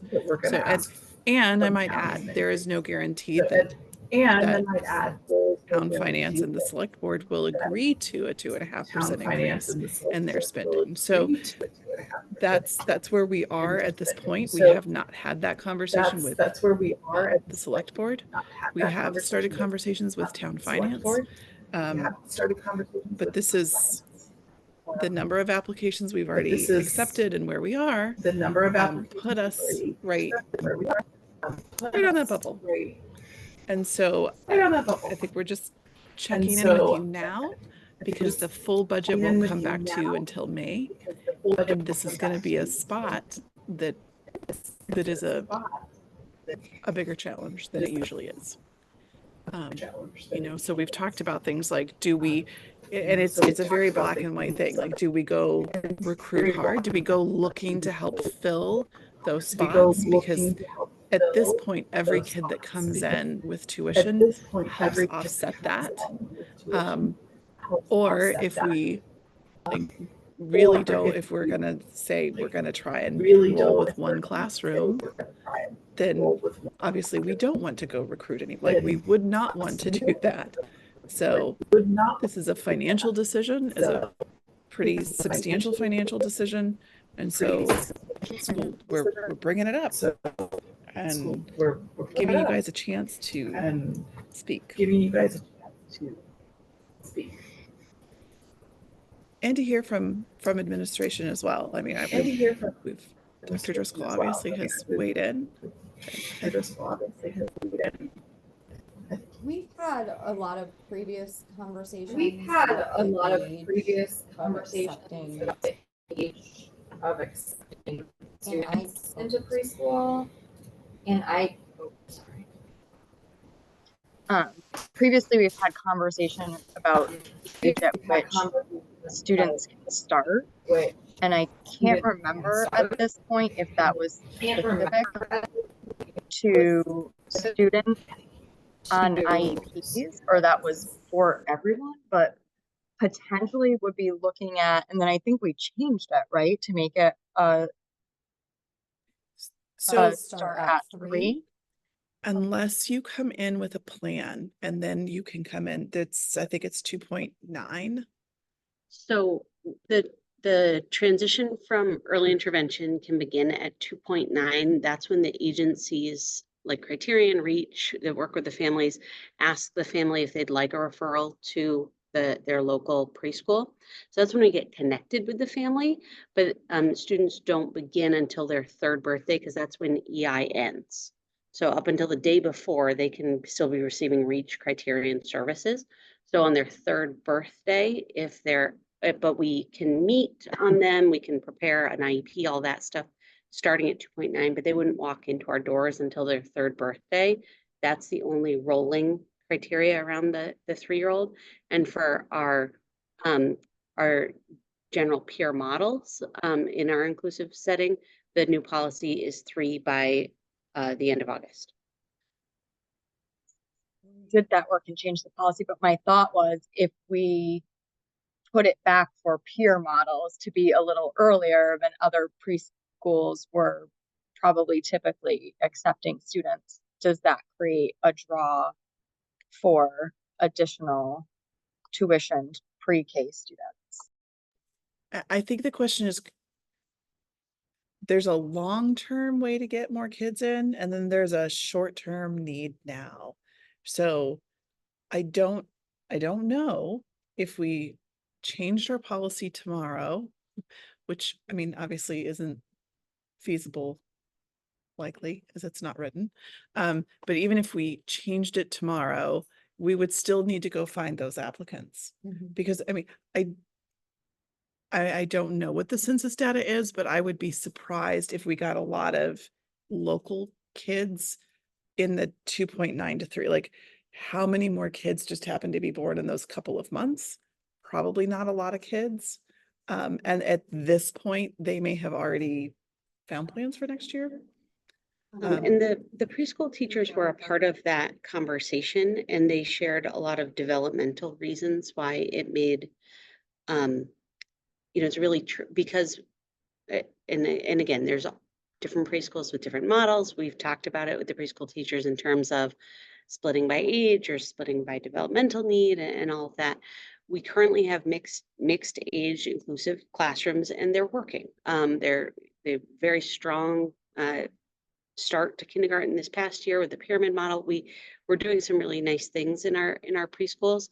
And to have, a student who's 2.9 join with students who are almost 5, that doesn't require that level of specialized service to be able to compensate for a disability, it can add quite a difference to the classroom. So where the likelihood that child's not toilet trained, there's just a lot to that, and that was why that along with wanting the cycle to match up with kindergarten, because some students would be over and above prepared by the time they left. So that's why the students who transition from EI really get that extra half year, part year usually, and whatever that is, to help mitigate that need that they're having. So when we redid the policy, it wasn't as much of a fiscal decision as a developmental and support of our milieu decision. I remember it well.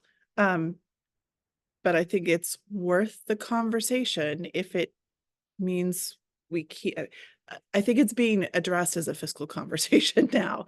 I get the reason for it. I personally still support that because I don't know that we would be able to get enough kids in to help make that difference make sense anyway. But I'm also of the mindset that we need to be thinking outside the box and how we, my personal opinion, and because we're in the middle of the committee meeting, I get to say this kind of stuff, right? Because we often don't, we are careful. I think it's too close. I can't imagine not having two classrooms, because the idea of trying to figure out how to solve for that overnight when, you know, and to get great teachers and to get great ESPs to come maybe back to us or new to us mid-year because somebody turned 3 that day, like that to me is just that would be really challenging. And I would like to see us try and our best to support 2 classrooms and grow. That said, I don't feel like we have done everything we could to support growth of our preschool, because we've been asking for a year to have aftercare at preschool. And I absolutely believe that would make a difference in the number of preschool kids we would get in terms of how many days they would come, and kids that just don't come to our program because the families don't have the flexibility of picking their kid up at the end of the day at 2:30. So I wish I felt like we did more to make that program work, because I don't think we would be sitting here on the cusp. I think we would have had more kids applying for our preschool. So I don't know that I know exactly where that money's going to come from. I would feel better if we had more kids and we were really working hard to get more kids in. So I clearly have feelings. So I don't know, Adam, you can jump back in.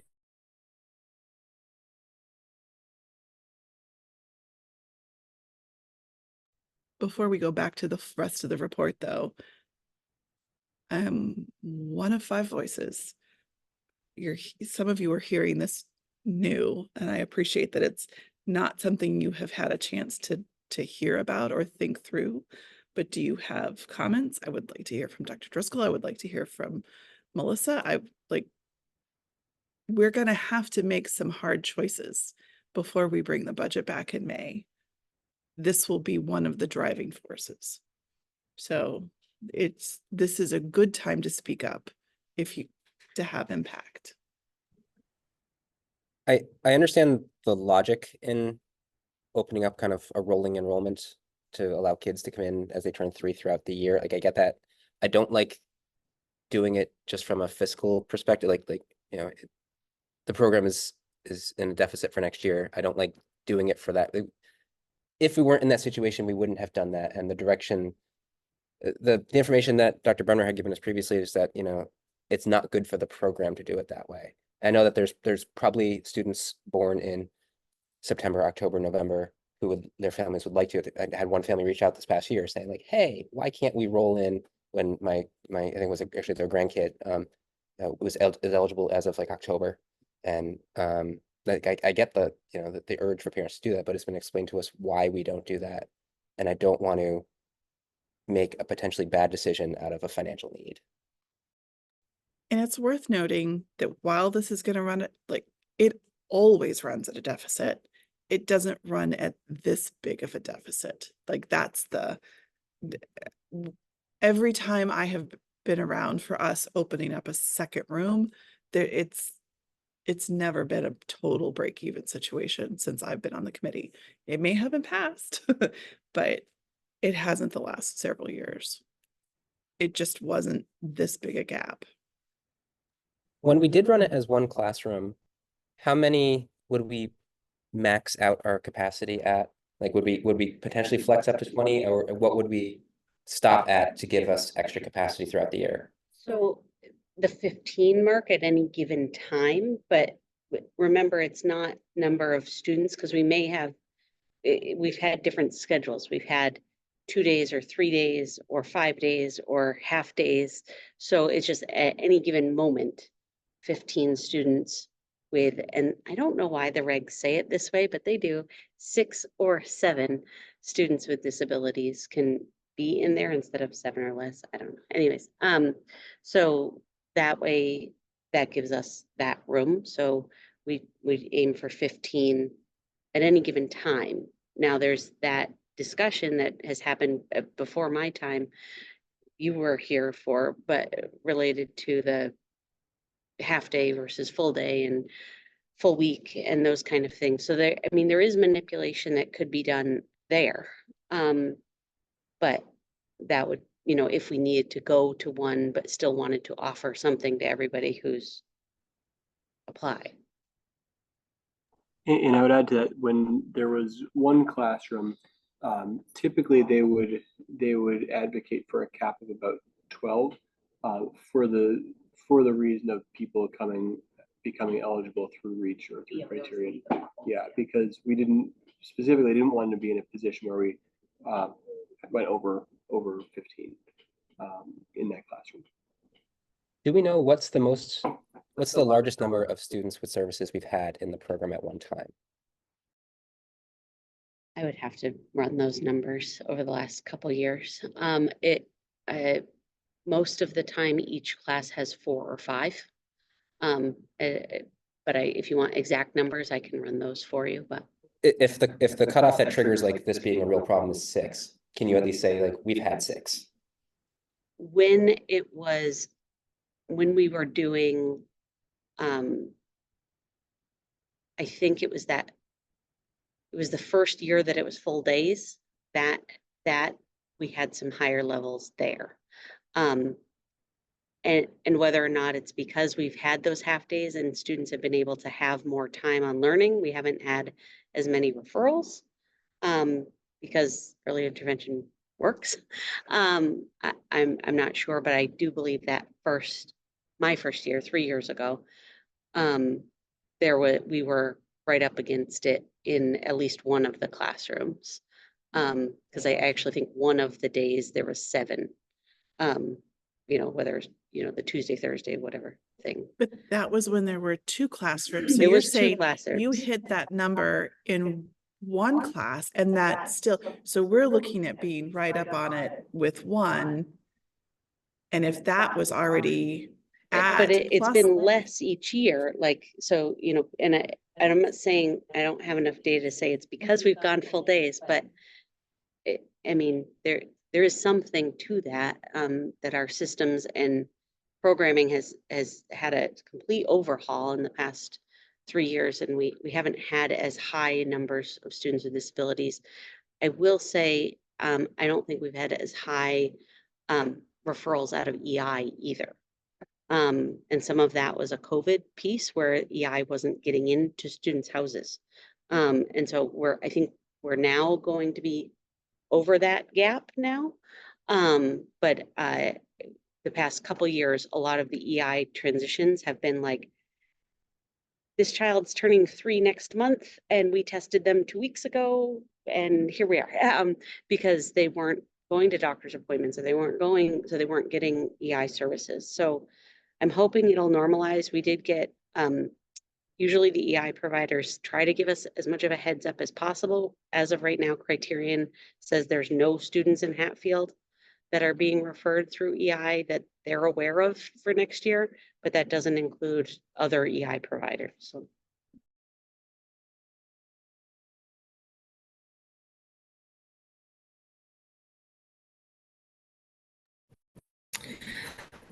So we have classroom for preschool for many years. And there was a year we had a second classroom that was split. So older preschool kids that were preschool, and some of the younger kindergartners that were maybe they had never gone to a preschool, they had never done a kind of daycare setting, and there was a room with somebody's group, and there was a teacher and an ESP, and they things apart for appropriateness.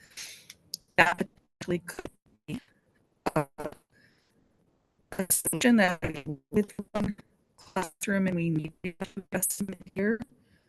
I don't know, just saying that we did manage that before. It wasn't a disaster at all. In fact, one of my kiddos is in that year, and it was fun. Preschool.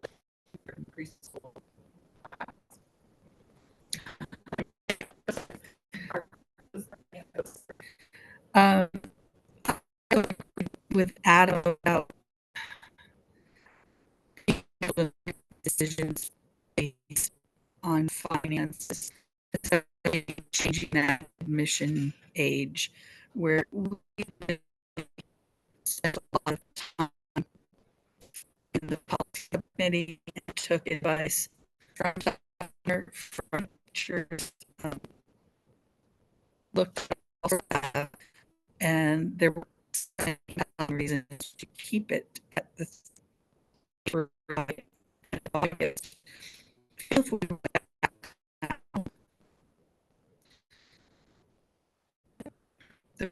affected by it when it changed are not going to be. It was big enough reason to change it, and it affected their.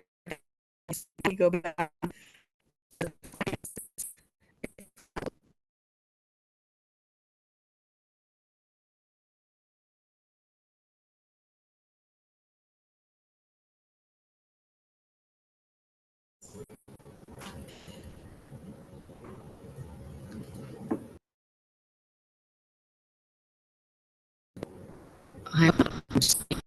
Turn here. But one of the things that Connor and I have had a conversation with Julie Lanaville about, because we didn't have anybody who was interested, neither one of our preschool teachers or the ESPs were interested in being one of the aftercare people or coordinator for a preschool program. But Julie is open, she's not thrilled, but she is open to the idea of that. So if we felt like we were on the cusp and we really needed to try to see if we could recruit families to be part of our preschool, I think it's possible to be able to say we could offer preschool aftercare for the 24-25 school year.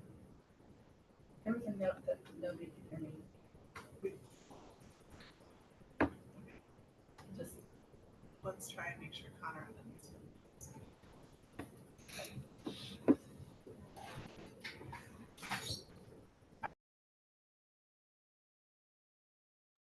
I've heard from parents, I've seen public commentary from parents who are interested in our preschool and are actively out there going, well, we might come to preschool there, but are there families who will go in with us to find aftercare? Like, they're trying to solve the problem. And it's like, if they can come up with someone to hire, then surely we could too. My deep appreciation to Ms. Lanaville if she's willing to help coordinate that. I think we would need to get aggressive about it. Like, this to me is sort of like starts putting the plan together for aggressively going out and saying we still have slots open, and by the way, we have you covered until 5:30 or whatever the time is. And potentially going back out to families who have already signed up to say, would this change your plan? Maybe you wanted 3 days, would you want 5? Like, would this shift things for you? Trying not to look at any particular parent as I ask that question. So I hear multiple people saying, let's not change our policy for financial reasons. I'm nodding along. I'm also appreciative for all the things raised because we've got to find every possible solution. I think the idea and the opportunity of a blended preschool K, I will be really curious to hear administrative or your thoughts on that, because it's about to impact the next conversation as we get to about what's going to go on for kindergarten, because that conversation is like literally next on the agenda. So other thoughts about 2 preschools, 1 preschool? The only thing that Hatfield hasn't explored, I've not done it before in a previous district. I'm not sure exactly what it entails, but I do know that we've had about one per year of folks that have shared that the cost of preschool is cumbersome for their family. I do know at the same time that our cost is much less than daycare. But oftentimes families are faced with a parent staying home or being able to do that. So some districts do look at creating a sliding scale system. And I know that there's some agencies that can accept vouchers. It's not something that I know much about or would know who to connect with about that. Again, I've only heard from a couple families and they've been able to access Head Start, which is what we do refer them to. So those students haven't gone without, they've found programming. It's just something that we don't have in place. Wanted to mention it. I think that's worth looking at. We did take prices up. We're still low for preschool prices, so we're a lot cheaper than daycare.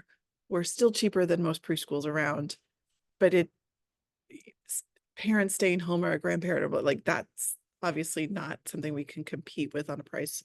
Looking at sliding scales, I think is something we could take up and finance. Looking at voucher And programs. voucher programs and seeing like what other subsidies we could help families and help educate families so that they saw us as an alternative. That might be standard paperwork that went out when you apply, like. Seven Hills would do it if we were accepting. How do we, so we would need to do some sort of a policy change, at least temporarily, just to even accept applications at this point for next year, correct? We said the deadline, well, I guess there is a deadline, so we would need to look at that. Or we could waive the deadline We could, yeah, for the current times, not for the entire we could, policy. so we could make a, We are we bringing could, the policy back because we are changing the deadlines. but we could make a motion tonight to extend the deadline and just move that date for this year, Yes. if we wanted to accept more students. Does our current, sorry, just refresh my memory, does our current policy allow for rolling admissions, assuming they would be otherwise qualified? So assuming they're 3 by September 1st, August 31st, does it allow for rolling admissions anyway? So Yeah, like if there's a Hatfield resident who is who's 4 years old and something changed in their world in November, then there's protocol in the policy about that. We really need to make sure, let's go back and read it, and maybe we need to read it before we leave tonight because we could put it on the books. And it's something handy. We need to make sure we could take outside residents, not just Hatfield residents in that circumstance, like between now and when school starts. Not talking about necessarily rolling admission, but taking applications through the end of August. and we're already kind of locked into taking any applicants in priority groups 1 through 5. We would have, at this point, we would have to take any resident that applied. Yes, because we have granted an outside Hatfield application.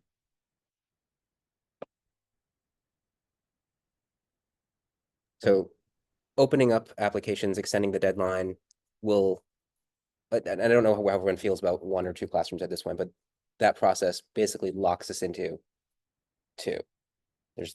There's no turning back on that, because if any additional applicant will just make the burden worse. So like we're locking at 2. If we want to go recruit, then we need to know we're committed to 2. But 2 might be a combo still, so that might. I'm going to suggest, unless Dr. Driscoll has something he wants to add to this, that we may loop back to this conversation after we talk about school choice openings, because it might be relevant in that context too. Anything else? Nope. Okay. Adam, do you want to go back and finish your last? Yeah, let me just scroll down here. So we discussed school choice. At the time, we had 31 applications. I emailed Dr. Driscoll this morning. There are 33 now. He's nodding 33. So the numbers I put on your screen are probably not quite accurate. There's 2 more unaccounted for, but we had for kindergarten for next year at the time 9 applicants, and then 4 for first grade. He has it up. Okay.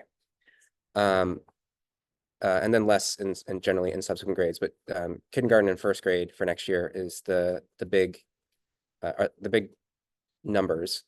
The catch is kindergarten, where we are currently forecast to have 15 students next year if we did not accept any additional choice students. So there was the difficult conversation of, do we or should we at least consider reducing to 1 kindergarten next year? Because we run into the dilemma of, are we fielding a classroom just to support school choice students, which is not what school choice was designed to do. And it's a loss at that point financially. It's a gain in that you're getting long-term, hopefully, commitment into the district. But it's a financial loss to kindergarten to run 2 classrooms. That's not my memory of what we read those numbers. If you had a lower, like, if you had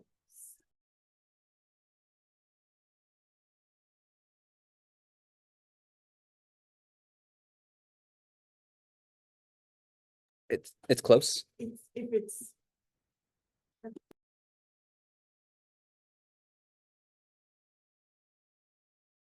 So that's the next conversation for the group is, do we have a discussion of 1 or 2 kindergarten classrooms? No, I'd like to just take, at this point, let's talk about school choice. Let's not make it just a kindergarten conversation to kick off. I think we're probably going to have to come back to the kindergarten conversation. Before we get there, I just want to close out. Are there questions related to the school finance update? Anything you'd like to add? Okay, so let's shifting to our school choice forecast. We have sort of what the predicted enrollment is, what the in-town enrollment, where we currently are with school choice, what the percentage is, the recommended size and the number of slots that administration is recommending that we open, and the recommended size per classroom per section, which comes from the school council recommendations, and a note on how many applicants we currently have. And those numbers seem to be changing by the day. So, Dr. Driscoll, would you like to? Yeah, I mean, I think the only.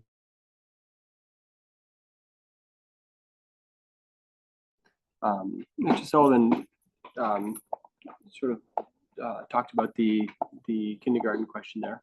So that's, you know, the recommended school choice slots that you see in that kind of bold column there. That's based on the 2 classes. The only place I'd like to highlight is first grade. So currently, first grade's a fairly big class. Right now, there's 33 students in it. Recommended size is 34, which is one school choice slot that's open. We currently have 4 applicants in for first grade. So that would, you know, if we went with the one, if we open 1 slot, that would force us into a lottery for those applicants. Every other place we have fewer applications currently than the recommended slots, which would mean no lottery would be necessary.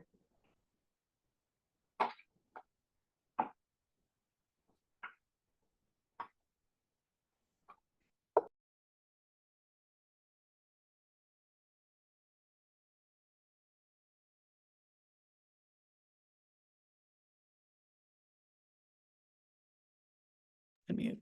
I'm I'm giving everybody a little bit of a moment to digest because this isn't something that anybody saw before the meeting. So, you know, also while I'm thrilled to have 33 applications and still more coming in. We also know, even though we're going to look at some policy in a minute about getting people to commit, we won't necessarily get everyone that applies. So we can accept people and they may have a different path. So we do need to vote this evening on a number per class is one of the things we need to do. So questions, comments, thoughts? How many students can we add to kindergarten and still maintain, not still, and consider maintaining one classroom?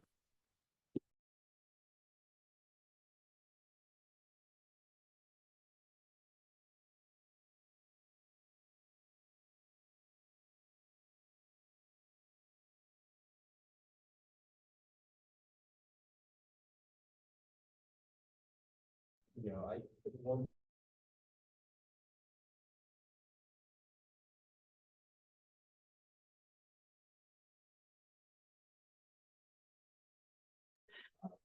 Just to clarify on that, we have 12 residents and we have an anticipated 3 choice students because they're already outside neighbors that pay tuition for preschool.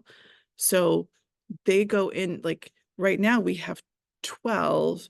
And my question is, in the current 9 applications, is that including the 3 that we're counting because we know they want to stay with us because they're in our preschool? Don't believe it is. I'm not sure on that, but I don't believe so. Do we know if the 3 we have listed on the page that are moving up, that are anticipated to move up from preschool, do we know if they've put in applications for school choice?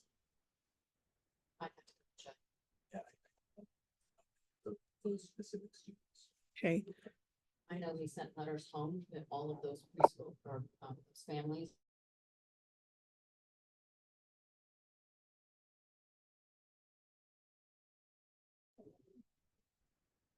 They get priority. Will you repeat that? Only if they get priority if they have an older sibling, right? But otherwise, they're starting from scratch. It's okay.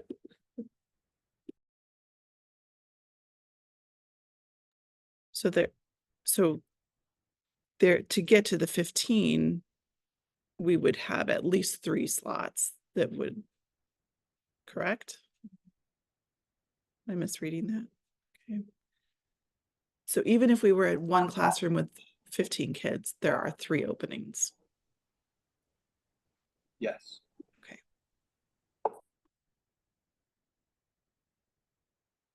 But we think that on top of those 3, there's potentially 9 additional kids. Okay.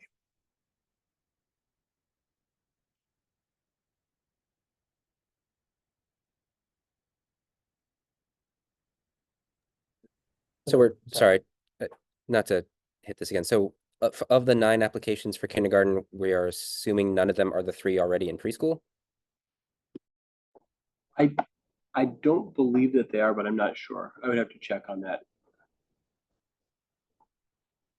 I believe the current applications that we have are for new students, but I'm not sure if that excludes students who are currently in preschool because that's not part of the school choice process.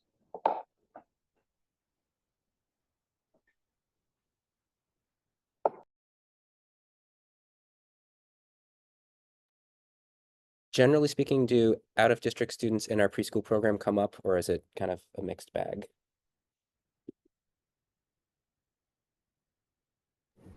Generally speaking, they do stay. There are occasions when we've had a student move to Hartsbrook or some other school, but generally speaking, a majority do stay with us. past conversations, one of the reasons we've tried to have 2 preschools is so that we had a really good feeder system going into kindergarten. And we had such a strong preschool program that really worked in our favor.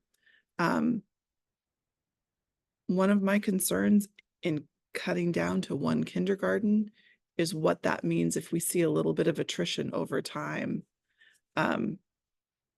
What then happens is we're going like, that class would always be small, and it would be sort of the, I don't know, we've talked about the snake that eats something, but this is sort of the inverse of that, right? There would just always be this contraction going through the building with that small class, because we'd never, if we don't do it here, it's like, when would we ever add that? Like, we would always be in the position of never adding that class back. They would never have a second classroom.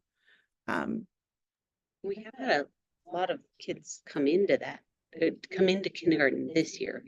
That's why it's such a big first grade class next year. So, some of those moved in, others, once choice reopened, they came in. And I feel like of all grades, that may be a thing for kindergarten families is, because first grade is compulsory. So there's still families who haven't quite decided whether they want their child to go to kindergarten. And so I think we've had some of those families join us mid-year. So it's just a very unique grade level because it's not compulsory. So there are people who are still thinking.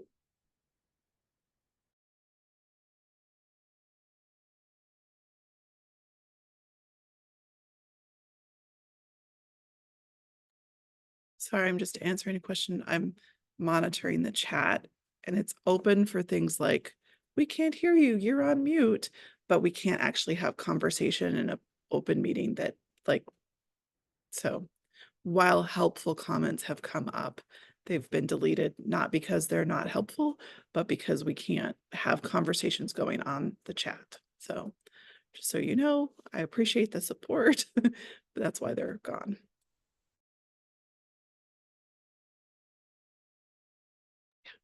So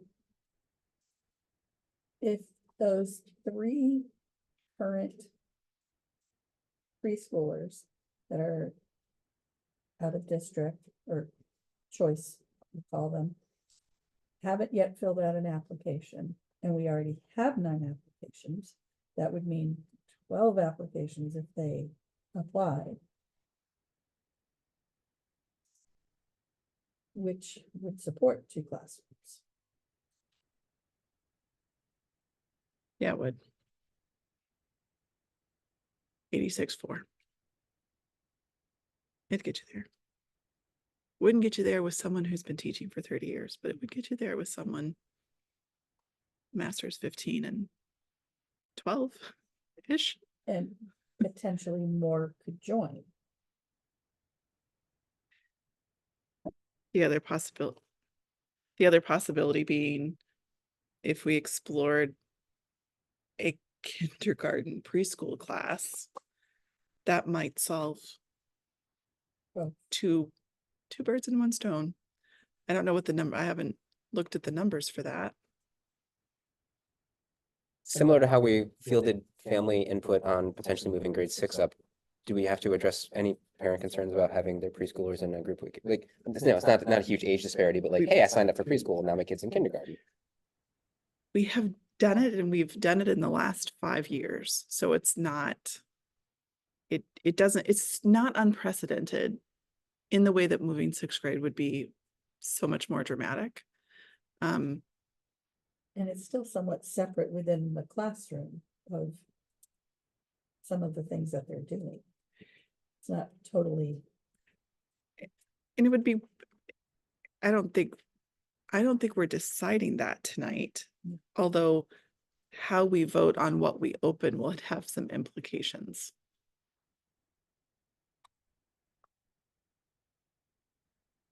Administration, do you guys want to speak on this? cross grading has come up, or combined grading has come up in previous discussions for a few years. Um, in a response to the midst of COVID in my previous district, we did it as well. There's definitely pros and cons. There is professional development that needs to be done to support that. The biggest parent question is always, so what grade does my kid go to next year? And so we would need to have a process where where it's planful and mindful, but also we want to avoid any of the feeling like a child's been accelerated or has been held back in some way, or it is tricky. And I would, if we were to do something like that, I personally would advocate for the partnership with the school council and the classroom teacher. It would be a conversation to be more planful. I am aware that it definitely happened COVID here, because when I came on board, we were coming out of that model. But that was sort of, at least at that moment, was sort of an emergent kind of need that was happening. And I'm not sure about the history beyond that. But I do know both our preschool teachers are new since myself. They definitely weren't part of that here. So we'd want to pull folks back together. In our preschool model, it looks vastly different than it did a number of years back as well. So I'd want to be planful about it. That's all. I think any of us are willing to do anything, but want to make sure we include all the voices.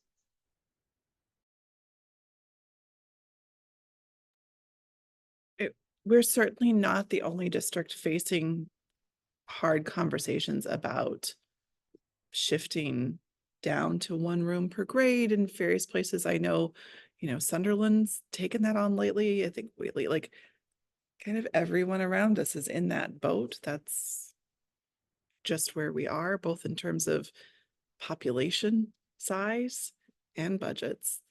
That's one of the tougher things going. So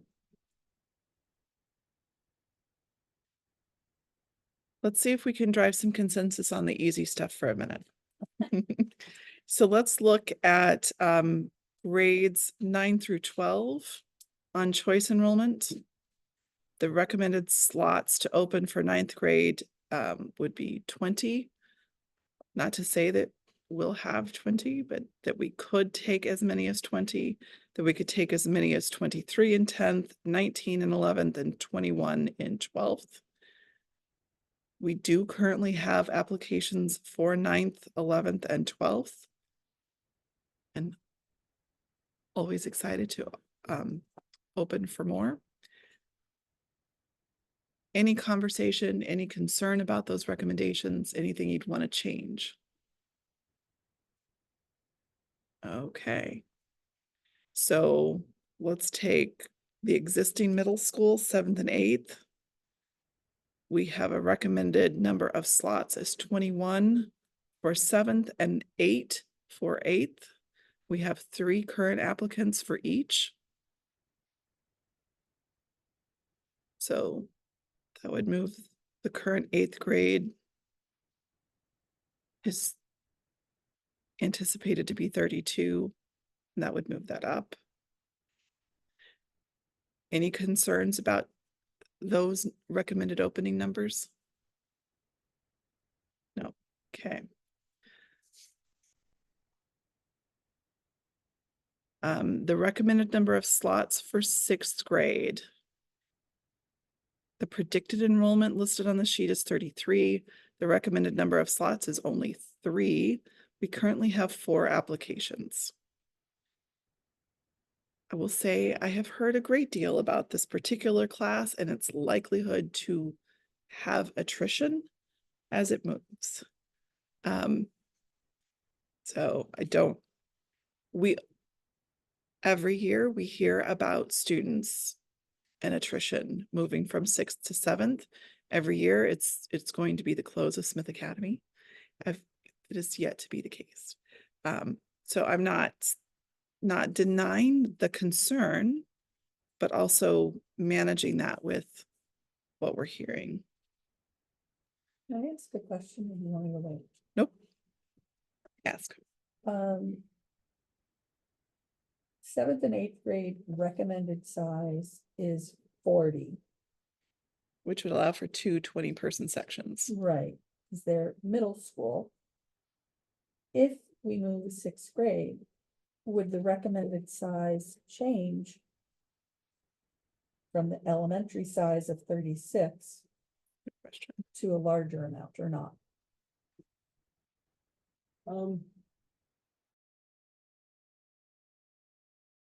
We moved then 6 considered middle school, and wouldn't it also match the 7th and 8th grade class sizes?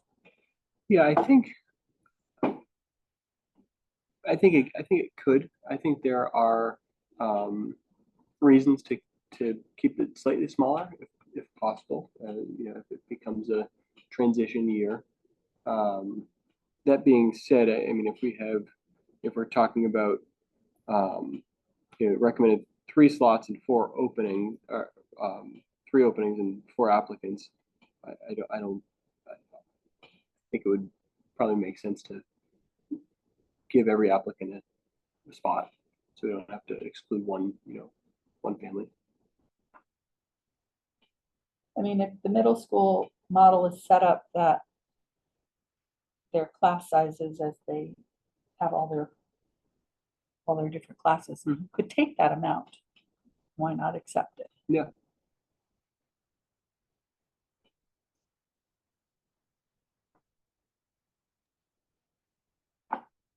Okay. So, other thoughts about 6th grade? I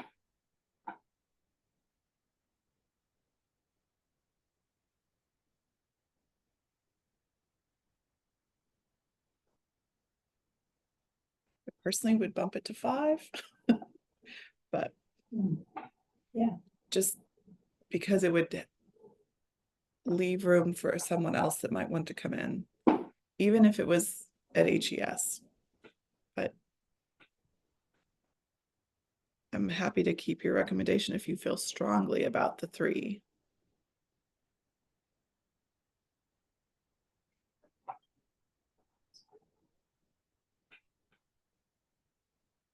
Or to take it at 4, but just.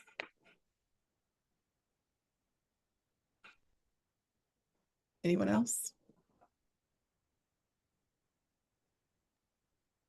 When we're pushing up against the max recommended capacity of a classroom, should we give consideration, just like we do for other, for like preschool, like what if we have 2, like in 1st grade, we had 2 residents move in this year, which would, so if we maxed out that classroom, the 6th grade, and then we have 2 more kids move in this year, so then we're asking even more of our teaching staff.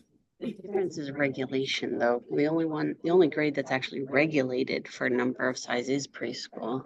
I get that, but we also, we have these numbers that were designed, with school council and teacher input and family input, and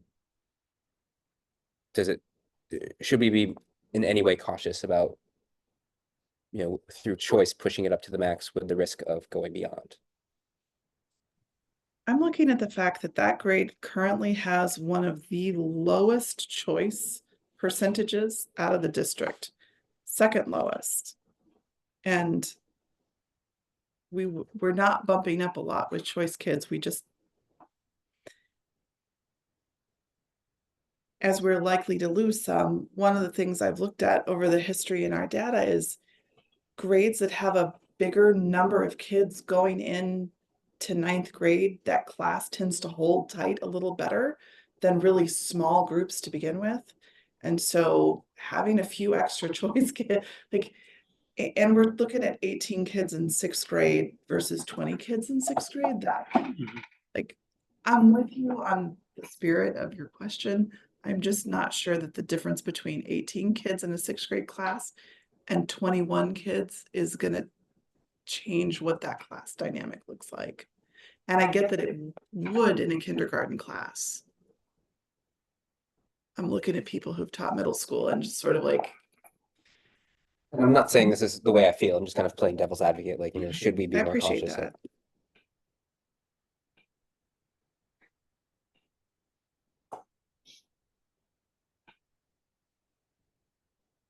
And I'm not without heart for sixth grade teachers having bigger classrooms. Just that you could manage them. If we took the 4 and then next year, we don't have to open it for any slots. Unless there's a number that didn't commit to coming. I mean, it's a year by year thing. You have to have one in each class, in each grade each year, right? If we opened it to every grade, which we did, we have to open at least one slot. And so this is the point at which we say, yep, we're going to have X number of slots. Some of these we're going to open and maybe they don't get filled. And if we continue a rolling admission, that sets the number that rolling admission would limit us to. So that we don't take too many going down the road. I think what Adam is asking though is that when we take the vote to participate, we say that we would take at least one in each grade. Yes. Could we say we would take at least one in each grade except for grade blank? We could have, but that vote happened previously. Right, but if we took the 4 now, next year. We if could say felt it was- 0. Yeah. We could say 0 next year. We don't have to continue accepting one more every year unless we felt the numbers needed support.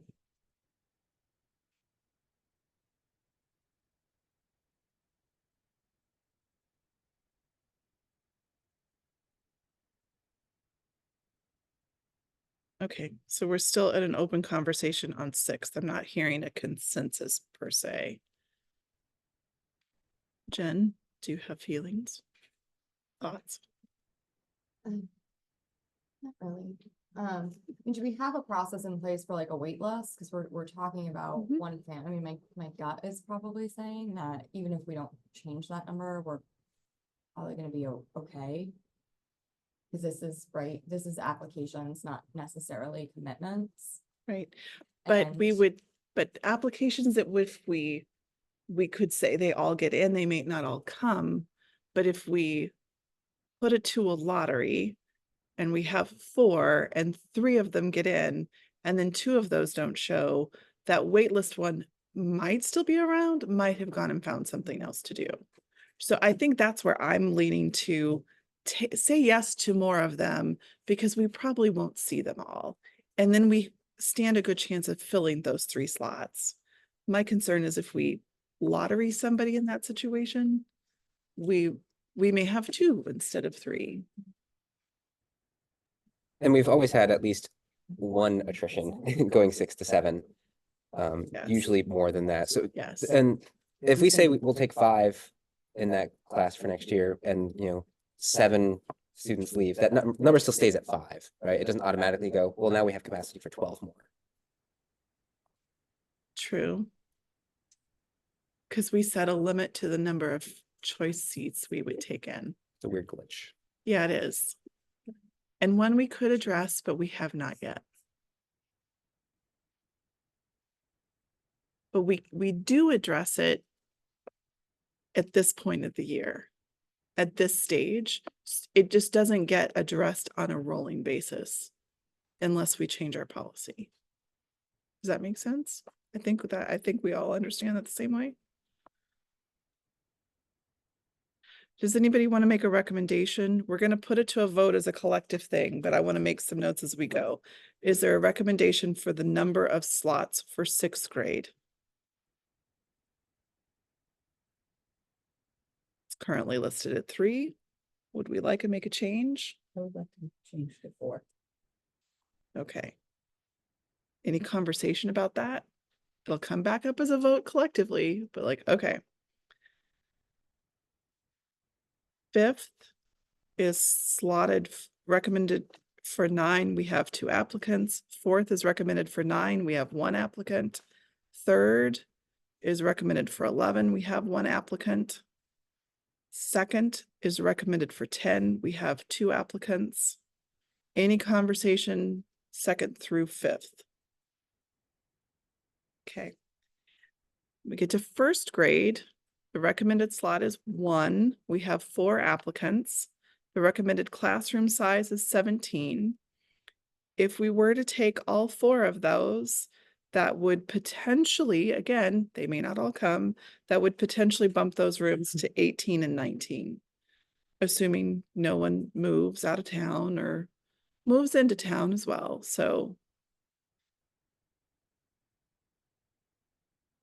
if we leave it at 1, that goes to a lottery and a wait list. Anyone want to advocate one way or the other? Including administration, if you have a different thought. Well, if we're gonna grow and recommend, I'd much rather just say yes to those 4 current applicants and try to get them in here.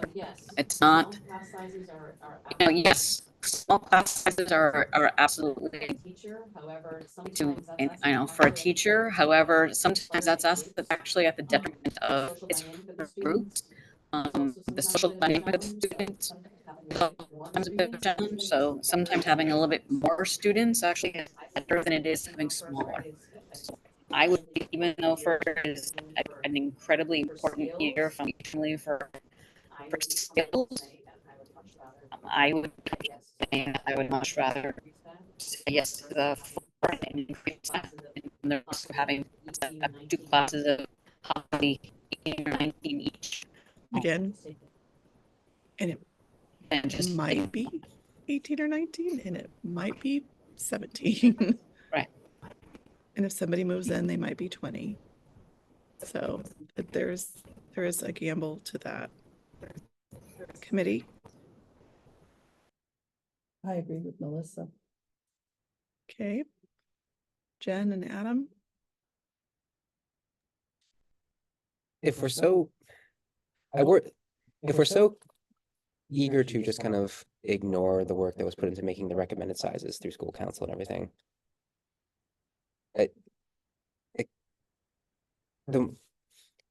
I'm stumbling, but it's kind of like, why do we have the recommendation if we're just willing to go beyond it anyway? I see it as a target and not a rule. So This meeting.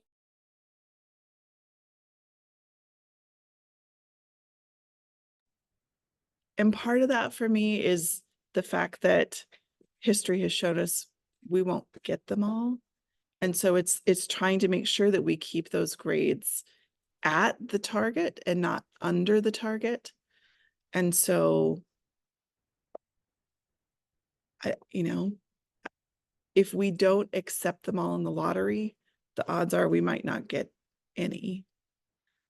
And then we've lost that kid, not for 1 year, but probably permanently. So it's not about just blowing through the recommendation. It's just trying to actually hit it. And my theory is we won't get them all. Because last year we had 40 applicants and we got 8 students. And that's the more likely reality that we're dealing with than having a bunch of kids move to town. Because I don't know where, I mean, we're thrilled with the number of new kids we got this year, but that has not been our local norm. And your mom only had 1 house to sell. We'd like her to sell again if she could just do that every year. I think that, I'm sorry, it's my computer died. Oh, Sorry. I'm on my 3rd one. Something that I'm struggling a little bit with is back to the conversations about space at the elementary school and it already kind of being busting at the seams, and that was listed as a reason to one of the many benefits of moving 6 to Smith Academy.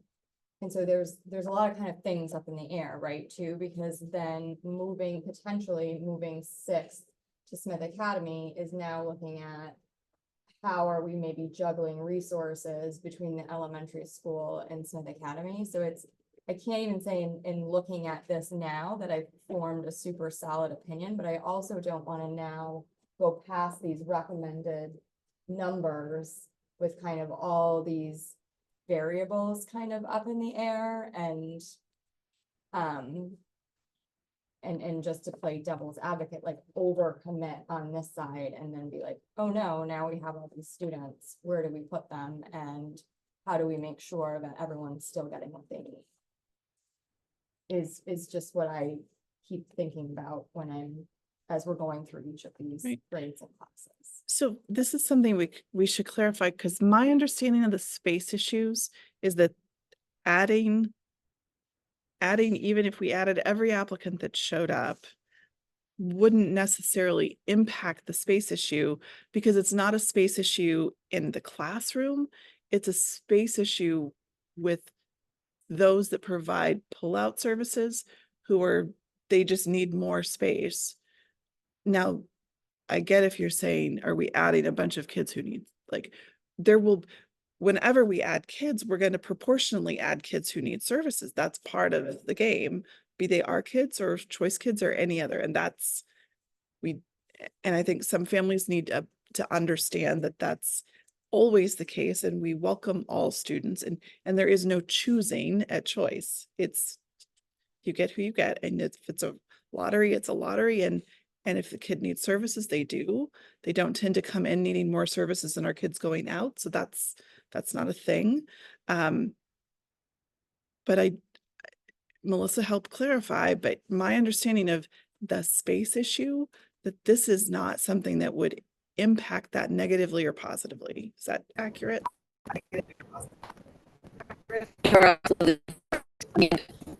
Space inside each of the classrooms, kindergarten all the way up to six, could very easily have 20 students each. That's not.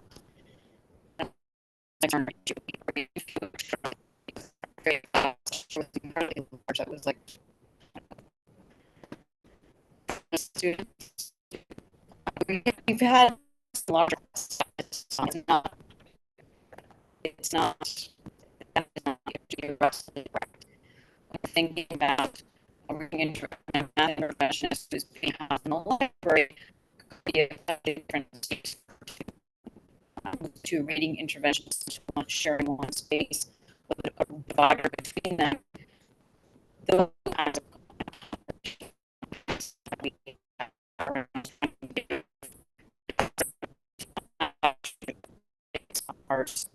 have room.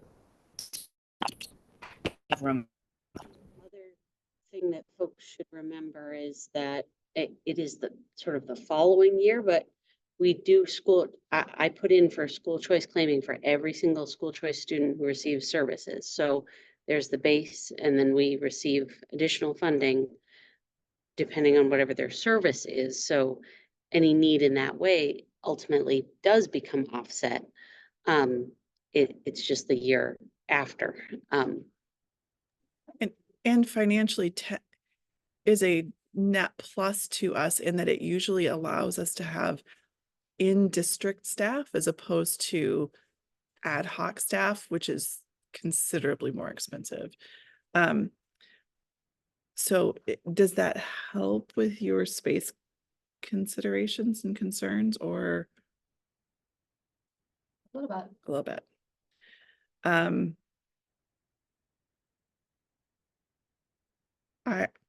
I would advocate taking all 4 applicants for first grade, knowing that there's the possibility that that would put us a kid over, maybe 2 at the, but the likelihood is that we would be hitting the classroom target.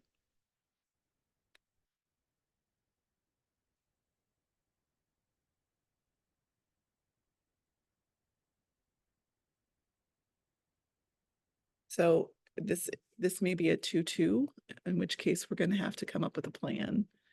Get Adam. I may be intuiting Mr. Sullivan's position on that.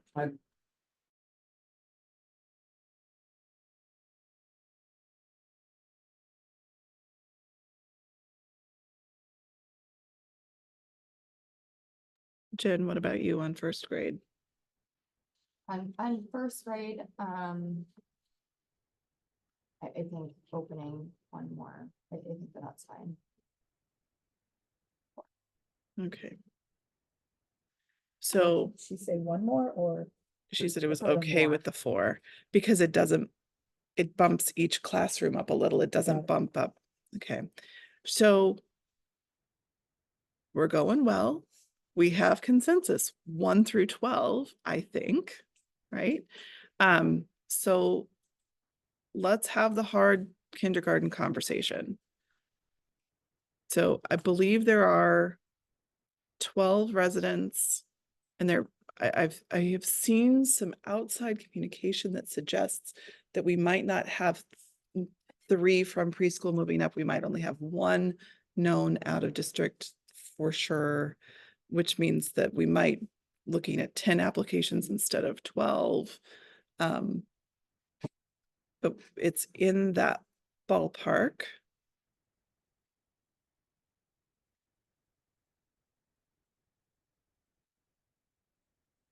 And we're going to have a financial conversation in the next month about preschool. And if one of the possibilities would be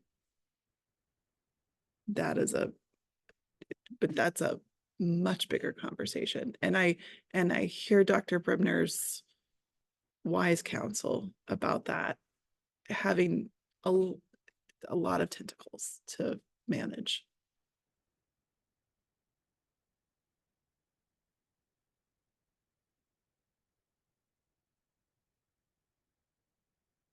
So let's talk about kindergarten. We have a predicted enrollment that's in the 15 ballpark. We have 9 current applicants. The recommended number of slots is 15. This is the one grade where we're more likely to see more kids come. Like, it's easier to move in kindergarten than any other time. It's easier to recruit in for kindergarten than any other time.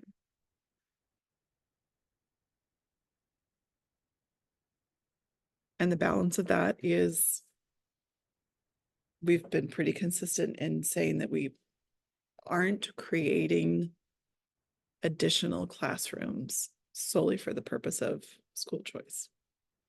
For the purpose of tonight. Could we stick with 1 slot, which we had previously said we were gonna have at least 1 for each grade? But to have a better picture next month. But that leaves everybody hanging, that's not good. I'm trying to think of a way that. I mean, those people could be on a waiting list, but we. At the point we put them on the waiting list, I want to ask both principals, what does your gut say? If we put them on a waiting list, what's going to happen to those 9 applicants? Yeah. I think we lose them. I think so too. But I feel like our conversation isn't about the number of slots, it's about whether we have 2 classrooms.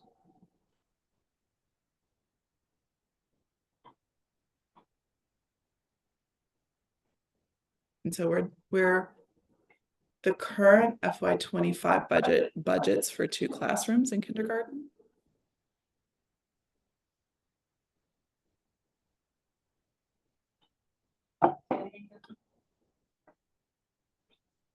She said the current budget forecast or current budget for next year is budgeting with 2 kindergarten classrooms in mind. That's the current plan. Yep.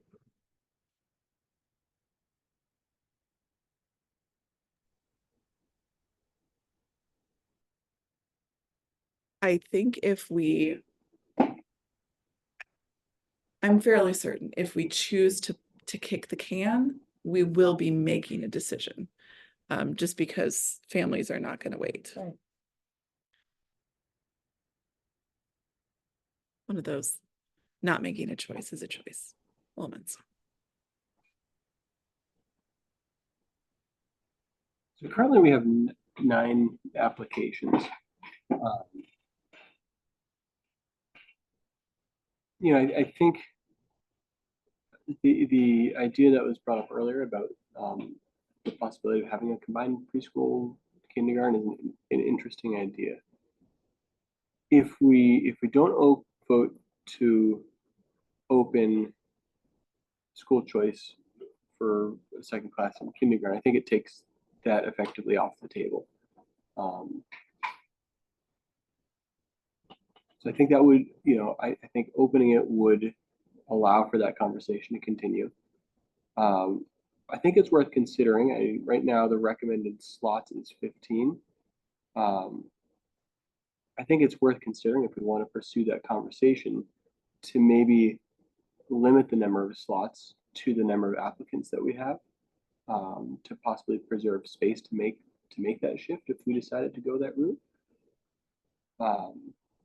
But I think, I think history has shown that when, if we can get students in young, they stay through, and that there is a level of attrition that kind of tracks. 15 is a small class to have, and I think we're setting ourselves up for this conversation yearly at this point too.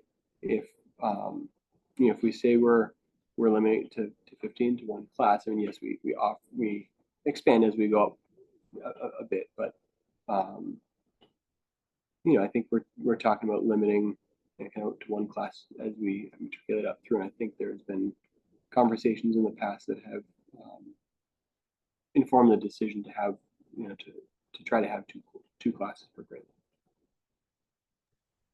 So we've had some conversations in the past looking at if we didn't have 2 classrooms per grade level, that then we're looking at if people think moving 6th grade up to a middle school program is avant-garde, like some of the conversations about how do you manage if there's only 1 classroom per grade, we're like starting to look at like you want to have some mixed grade classrooms and some other things that there's good research that supports doing that, but we have dynamic situations where I don't think we want to.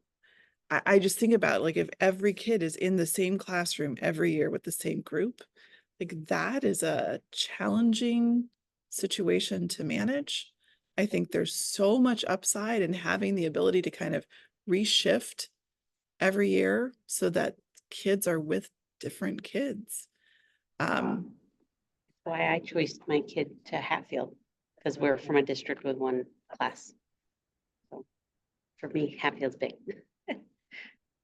We're also looking at neighboring districts who are making a considered effort to shrink the number of their classrooms, which if we have 2 is a nice competitive advantage. We might be able to pick up more school choice kids because of that.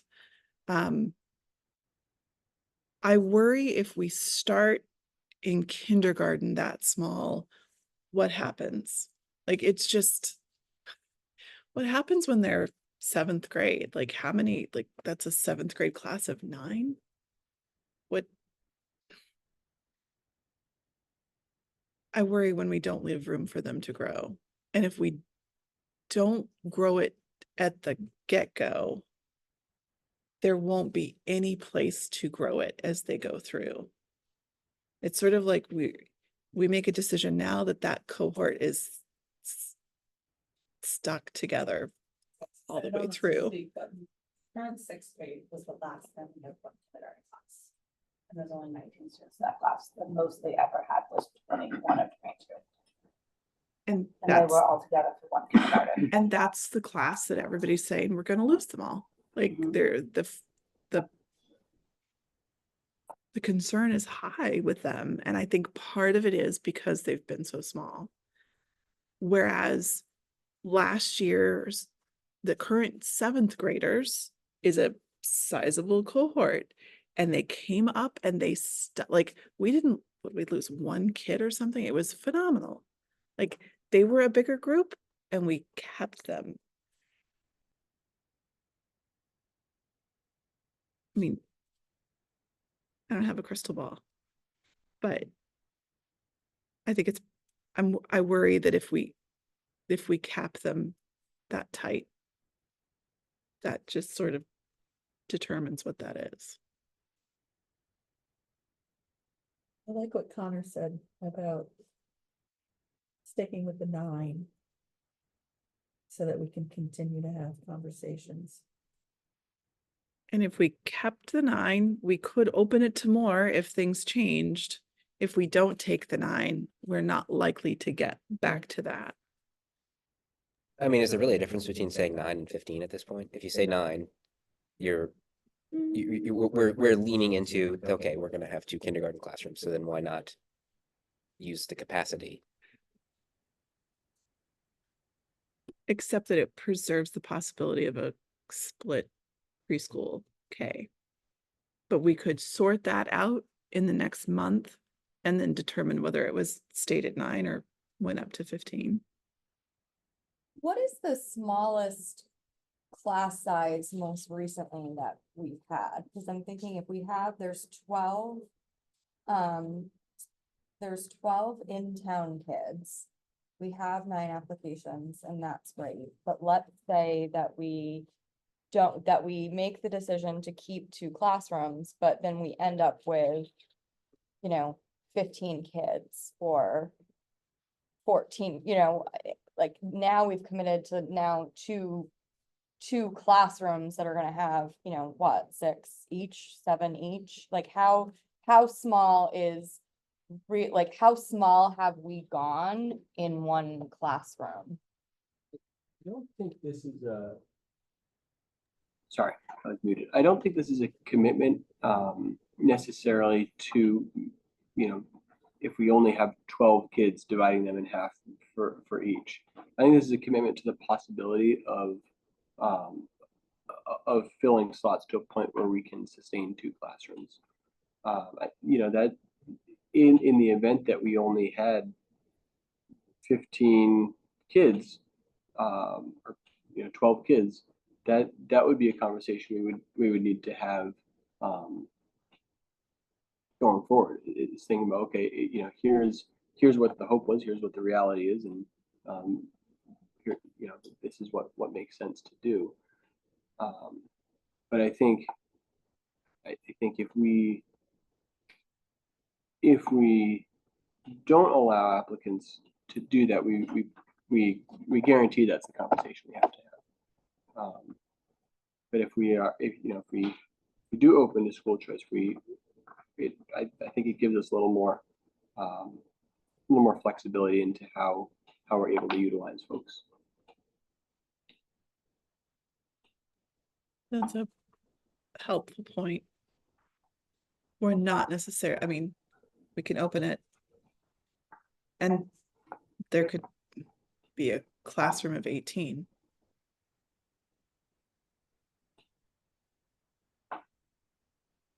So we could open it up to 9 or even 15. If we end up with 17 total, we still have the conversation this summer or whenever.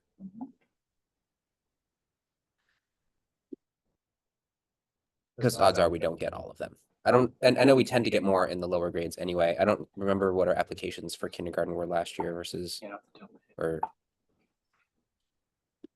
Like 13. 13 applications. Yeah. You get a high number of students that came in.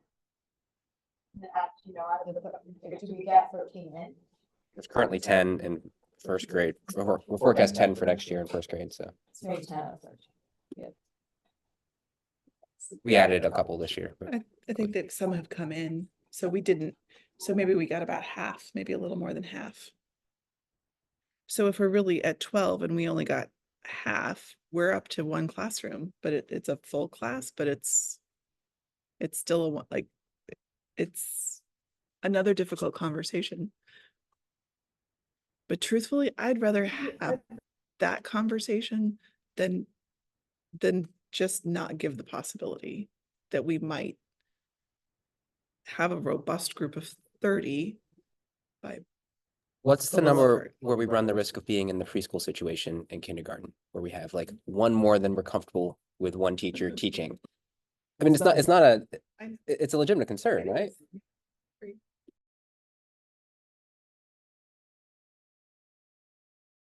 Can I point out that on our agenda, we're discussing the school choice policy. I don't know if you really had a chance to review it, but within the recommendation that we're going to vote on for tonight is that applicants who are accepted have to notify us that whether they're going to accept or not. And so we're not left hanging forever. They have to commit. And if they don't commit within the timeframe, they go on a waiting list. So that might help us in May. We don't have to wait till the summer to know. We don't have to wait till more about our numbers. To know more about our numbers. We have a deadline here of when people need to commit. We're going to have a deadline here of when people need to commit so that we can prepare a proper budget for that. Okay, I like that we're doing that, and that's gonna be part of the policy. Can we, is it fair to do that to people who've applied for choice next year? Because I don't know what they know as of a deadline when they applied. You know, if they applied in March or in February to be choice next year, what was their implication at that point that they have to make a decision? And then all of a sudden we're like, and now you have only 4 more weeks, or June 1st or whatever the date's going to be in the policy. 10 business days from the application? From notification. Okay. But part of that communication hasn't happened because the acceptance list, so the opportunity for that to be really clear still exists, because that would naturally go out with a, hey, you've been accepted, here's what happens next. And if we don't hear back, you're still on the wait list. They don't get dropped completely, but if we have a lottery situation, that sort of shifts them. It's possible we might not have any lotteries coming out of tonight. So that, and I would add that I think it is fair. I think it's also changed in the past. I think in the past, if folks had applied to multiple schools for school choice and they got their acceptance, and they enrolled, we never told them, hey, you need to tell us one way or the other. And so there was no provision for, there was no real reason for them to say, oh, thanks, but no thanks. And there was no provision for us to know one way or the other, which way they were headed. So I think folks probably make that decision pretty quickly upon hearing. And so I think this gives them a chance. It gives them a chance to weigh it. And it also lets us know sort of what we can anticipate too.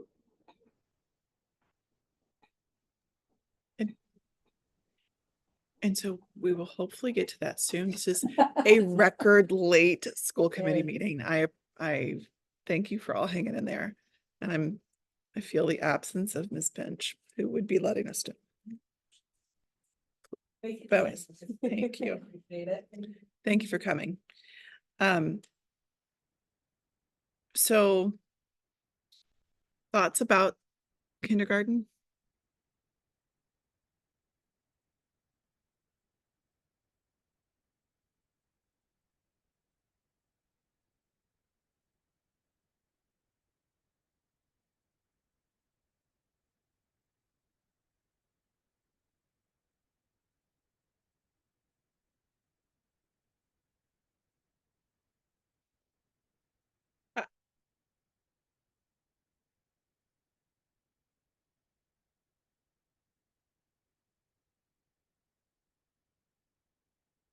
We could say yes to a large number and not necessarily be adding classrooms.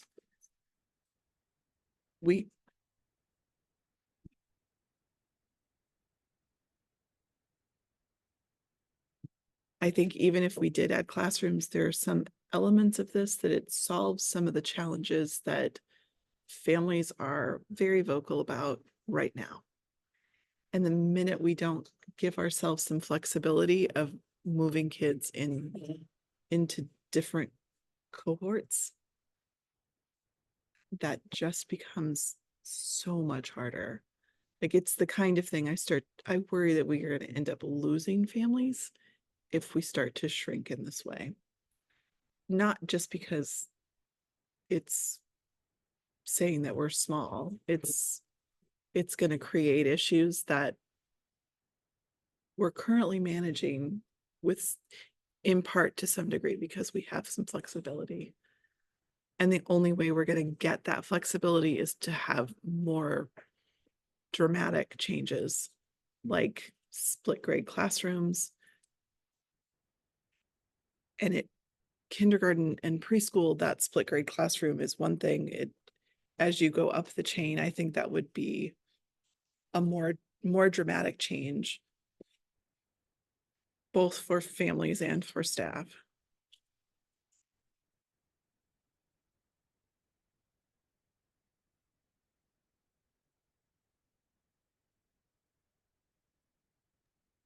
Jen?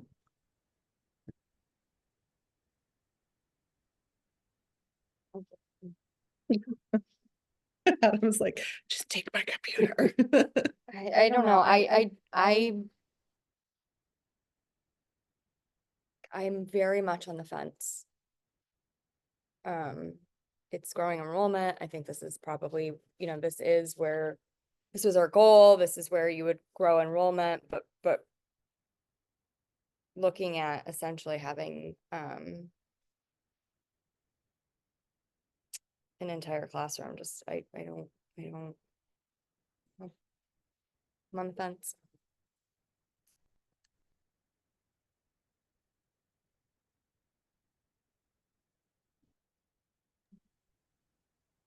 I'm gonna unmute so you can speak, but you have a camera. Okay.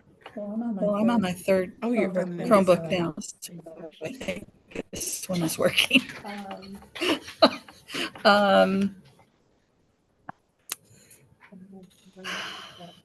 well, I've already said that I liked Connor's suggestion of at least accepting the 9.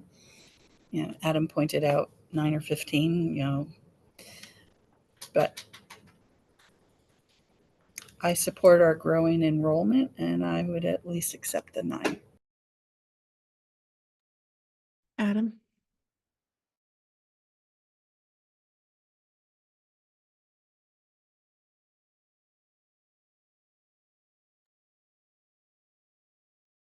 I mean, yeah, I think Jen and I are sharing a similar mind at the moment. Just, I completely appreciate and understand the benefits of having 2 classrooms per grade.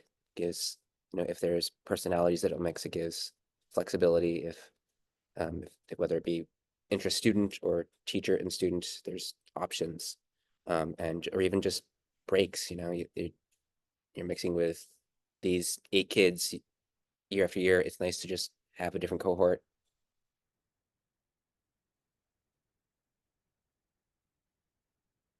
I'm stumbling financially with the idea though, of just because if we have only 12 residents, and I'm assuming we're fairly confident in that number, it is completely opening up another classroom for non-residents.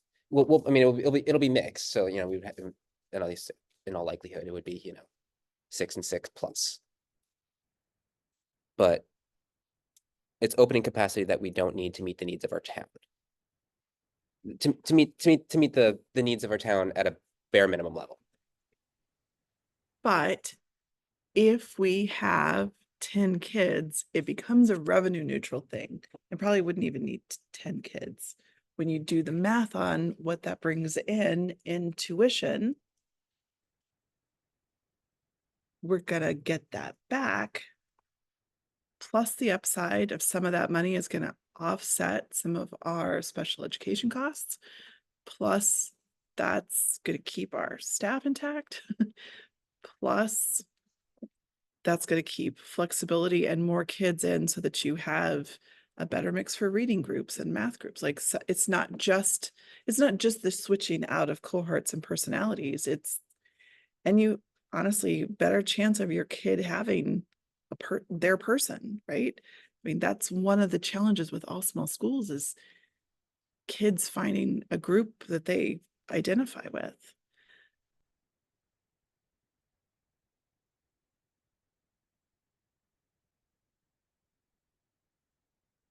And I a little more concerned that it's the optics of adding the room more than it is the actual impact to tax dollars because of the revenue. It's not 100% optics, but because we've said we won't be like that we're not, that it's incremental. This is the first conversation I've sat in where it isn't purely incremental. It's cost neutral, but not incremental, Cost neutral if we get, provided we get. Sure, there is a non-zero chance that this is, that's true. That's fair. But if we don't go for it, we definitely won't.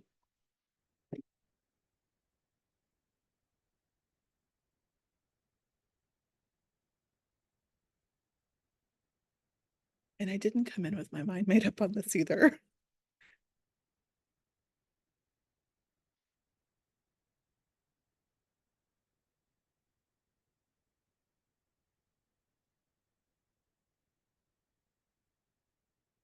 Possible to table this for a moment while we continue on We- with other things?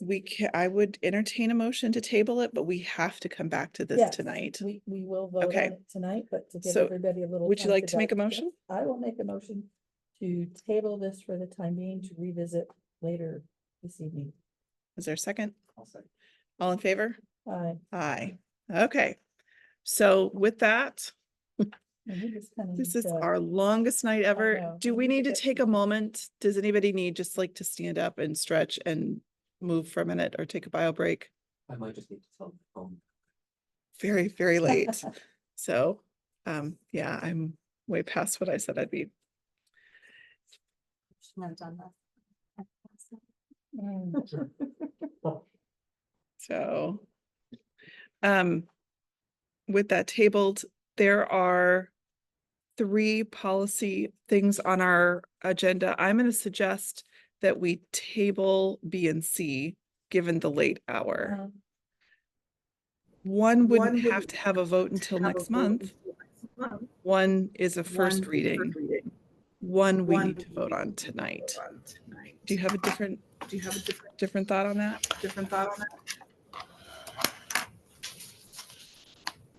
We'd really like some feedback, especially on the cell phone one, of if we're headed in the right direction or not.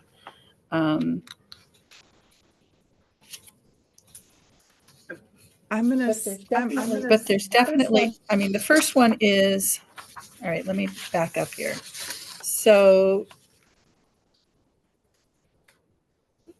the first policy is JFBB school choice, but you'll notice the second one is also JFBB school choice. We are presenting 2 because one would be effective just for fiscal year 24, which is the first one. And the second one has considerable changes that would be taking effect fiscal year 25 and beyond. So that one does not need to be voted on tonight, although we would hope to vote on it in May.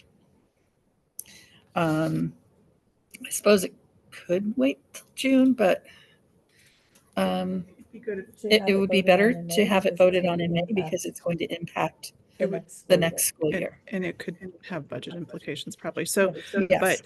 but the first one has implications to how we admit currently and solving a problem we've had historically.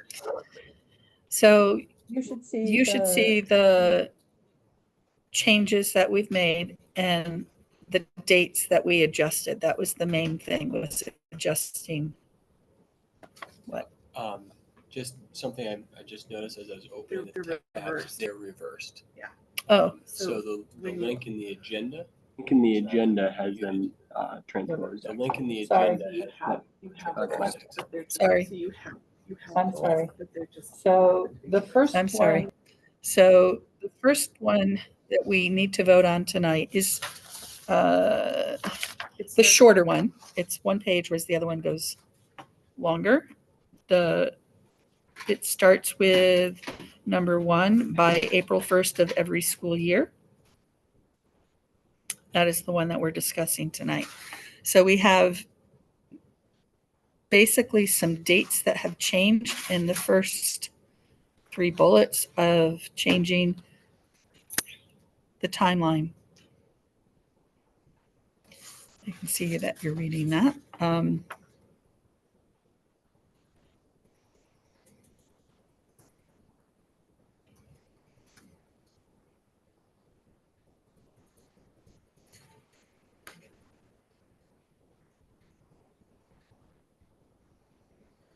We need to make an amendment in bullet point 6. That it would be 10 business days to commit to attending Hatfield Public Schools. Yes, that was corrected at one point.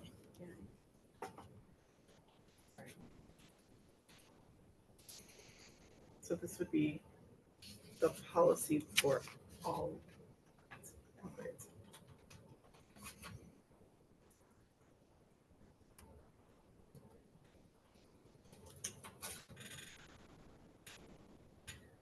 So Kathy, am I correct that what this does is really, it's just shifting the acceptance window up as tight as we can to today, because our district is chronologically behind some of the others in making their acceptance.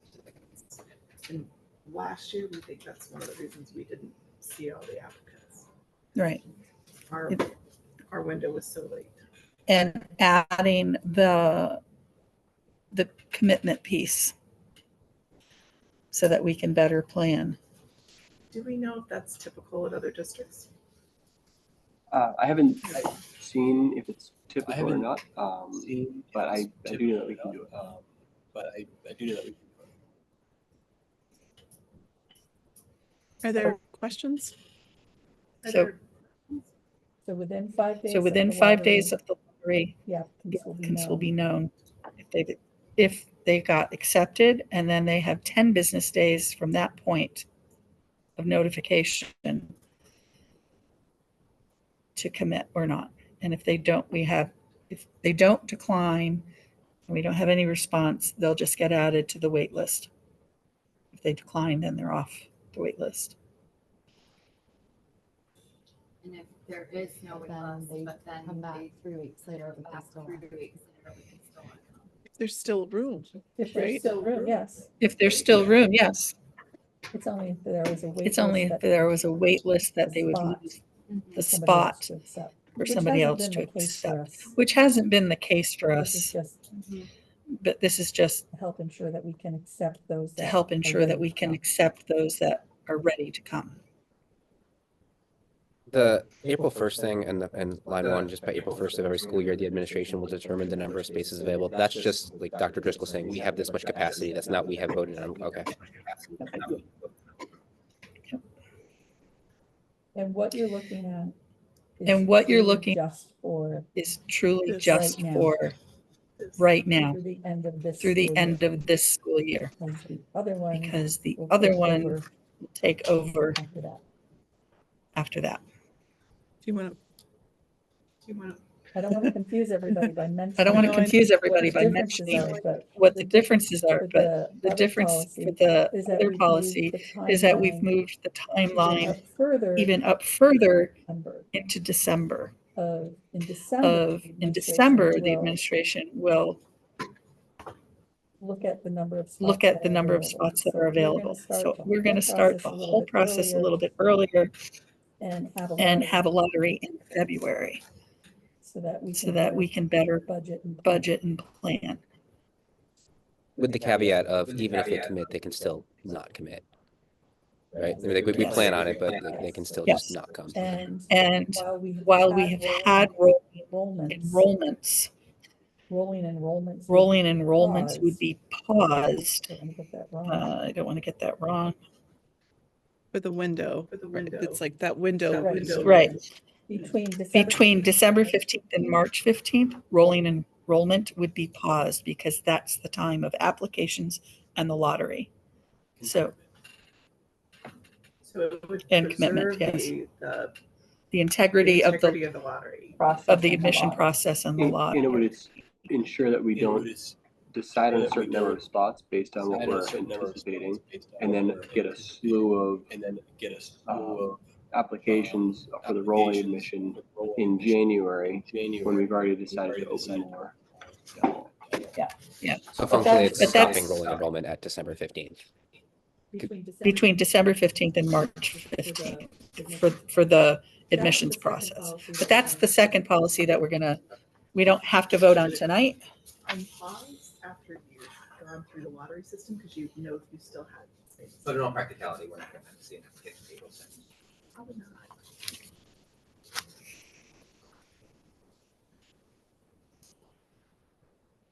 So there is the one amendment to bullet 6 where it said Smith Academy, it should say Hatfield Public Schools.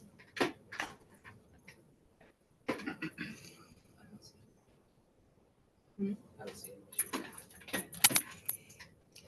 Just moving our windows up and And what this effectively does is lets the school choice decision, it lets that become effective starting tomorrow. They can go start calling families with this vote.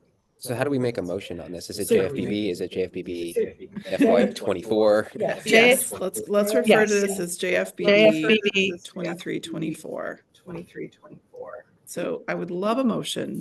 I will make a motion to accept policy JFBB FY24 as presented with the change from Smith Academy to Hatfield Public Schools. Okay, is there a second? I'll second. Okay, is there a second? Any further discussion? All in favor? Aye. Any opposed? Aye. Or no? Woohoo! Like, now you have, So I'm gonna make a decision here. You have the other policy in front of you. You have time to process this. The vote on this won't change anything over the next month, I don't believe, right? So please give it some thought because it's a little more complicated. And let's come back and talk about that more in May. Do any of you have comments on the cell phone policy that you want to talk about tonight? I will confess, I could use more time with it. Okay. but we just wanted to get. the Well, ball we just rolling, wanted to get the ball rolling present something and to you to present start something the to you to discussion. start the discussion. This is This is something that the the administration and the faculty have weighed in have on. weighed in on. That was one of my questions. And- Have we heard And- from students? And the students, To some extent, to yes. some extent, To some yes. extent, yeah, and I'll be soliciting more feedback from the I'll be faculty on soliciting the more policy as written during the next faculty meeting. Has there been any feedback from like student council on it? They had done a poll about how students felt about not this policy, but about cell phones in general, and if they saw them as a problem, if it's a distraction, that kind of thing. Can But you share not- the results of that? Yeah, generally, well, there was two. The students didn't, and staff were a mixed bag. Many did, and many also felt that they're, it's kind of our responsibility to help them understand when is appropriate, when's not appropriate, and how to use them as a tool. I would like to get some more specific feedback on this policy as written as well, both from students and staff. And now that it's out, we can do that. So Mhm. that's great. So that's the first end. I would like to entertain a motion to move into executive session with the intent for a very brief, unfilmed return for a final vote of the evening, potentially. So pursuant to Mass General Law, Chapter 30A, to conduct strategy sessions and prep for negotiations with non-union personnel, or to conduct collective bargaining sessions or contract negotiations with non-union personnel, or to discuss strategy with respect to collective bargaining or litigation if an open meeting may have a detrimental effect. So, I have a motion. Is there a second? Okay, there's a roll call vote. Engelhardt, aye. Boudreaux, aye. Maloney, aye. Sullivan, aye.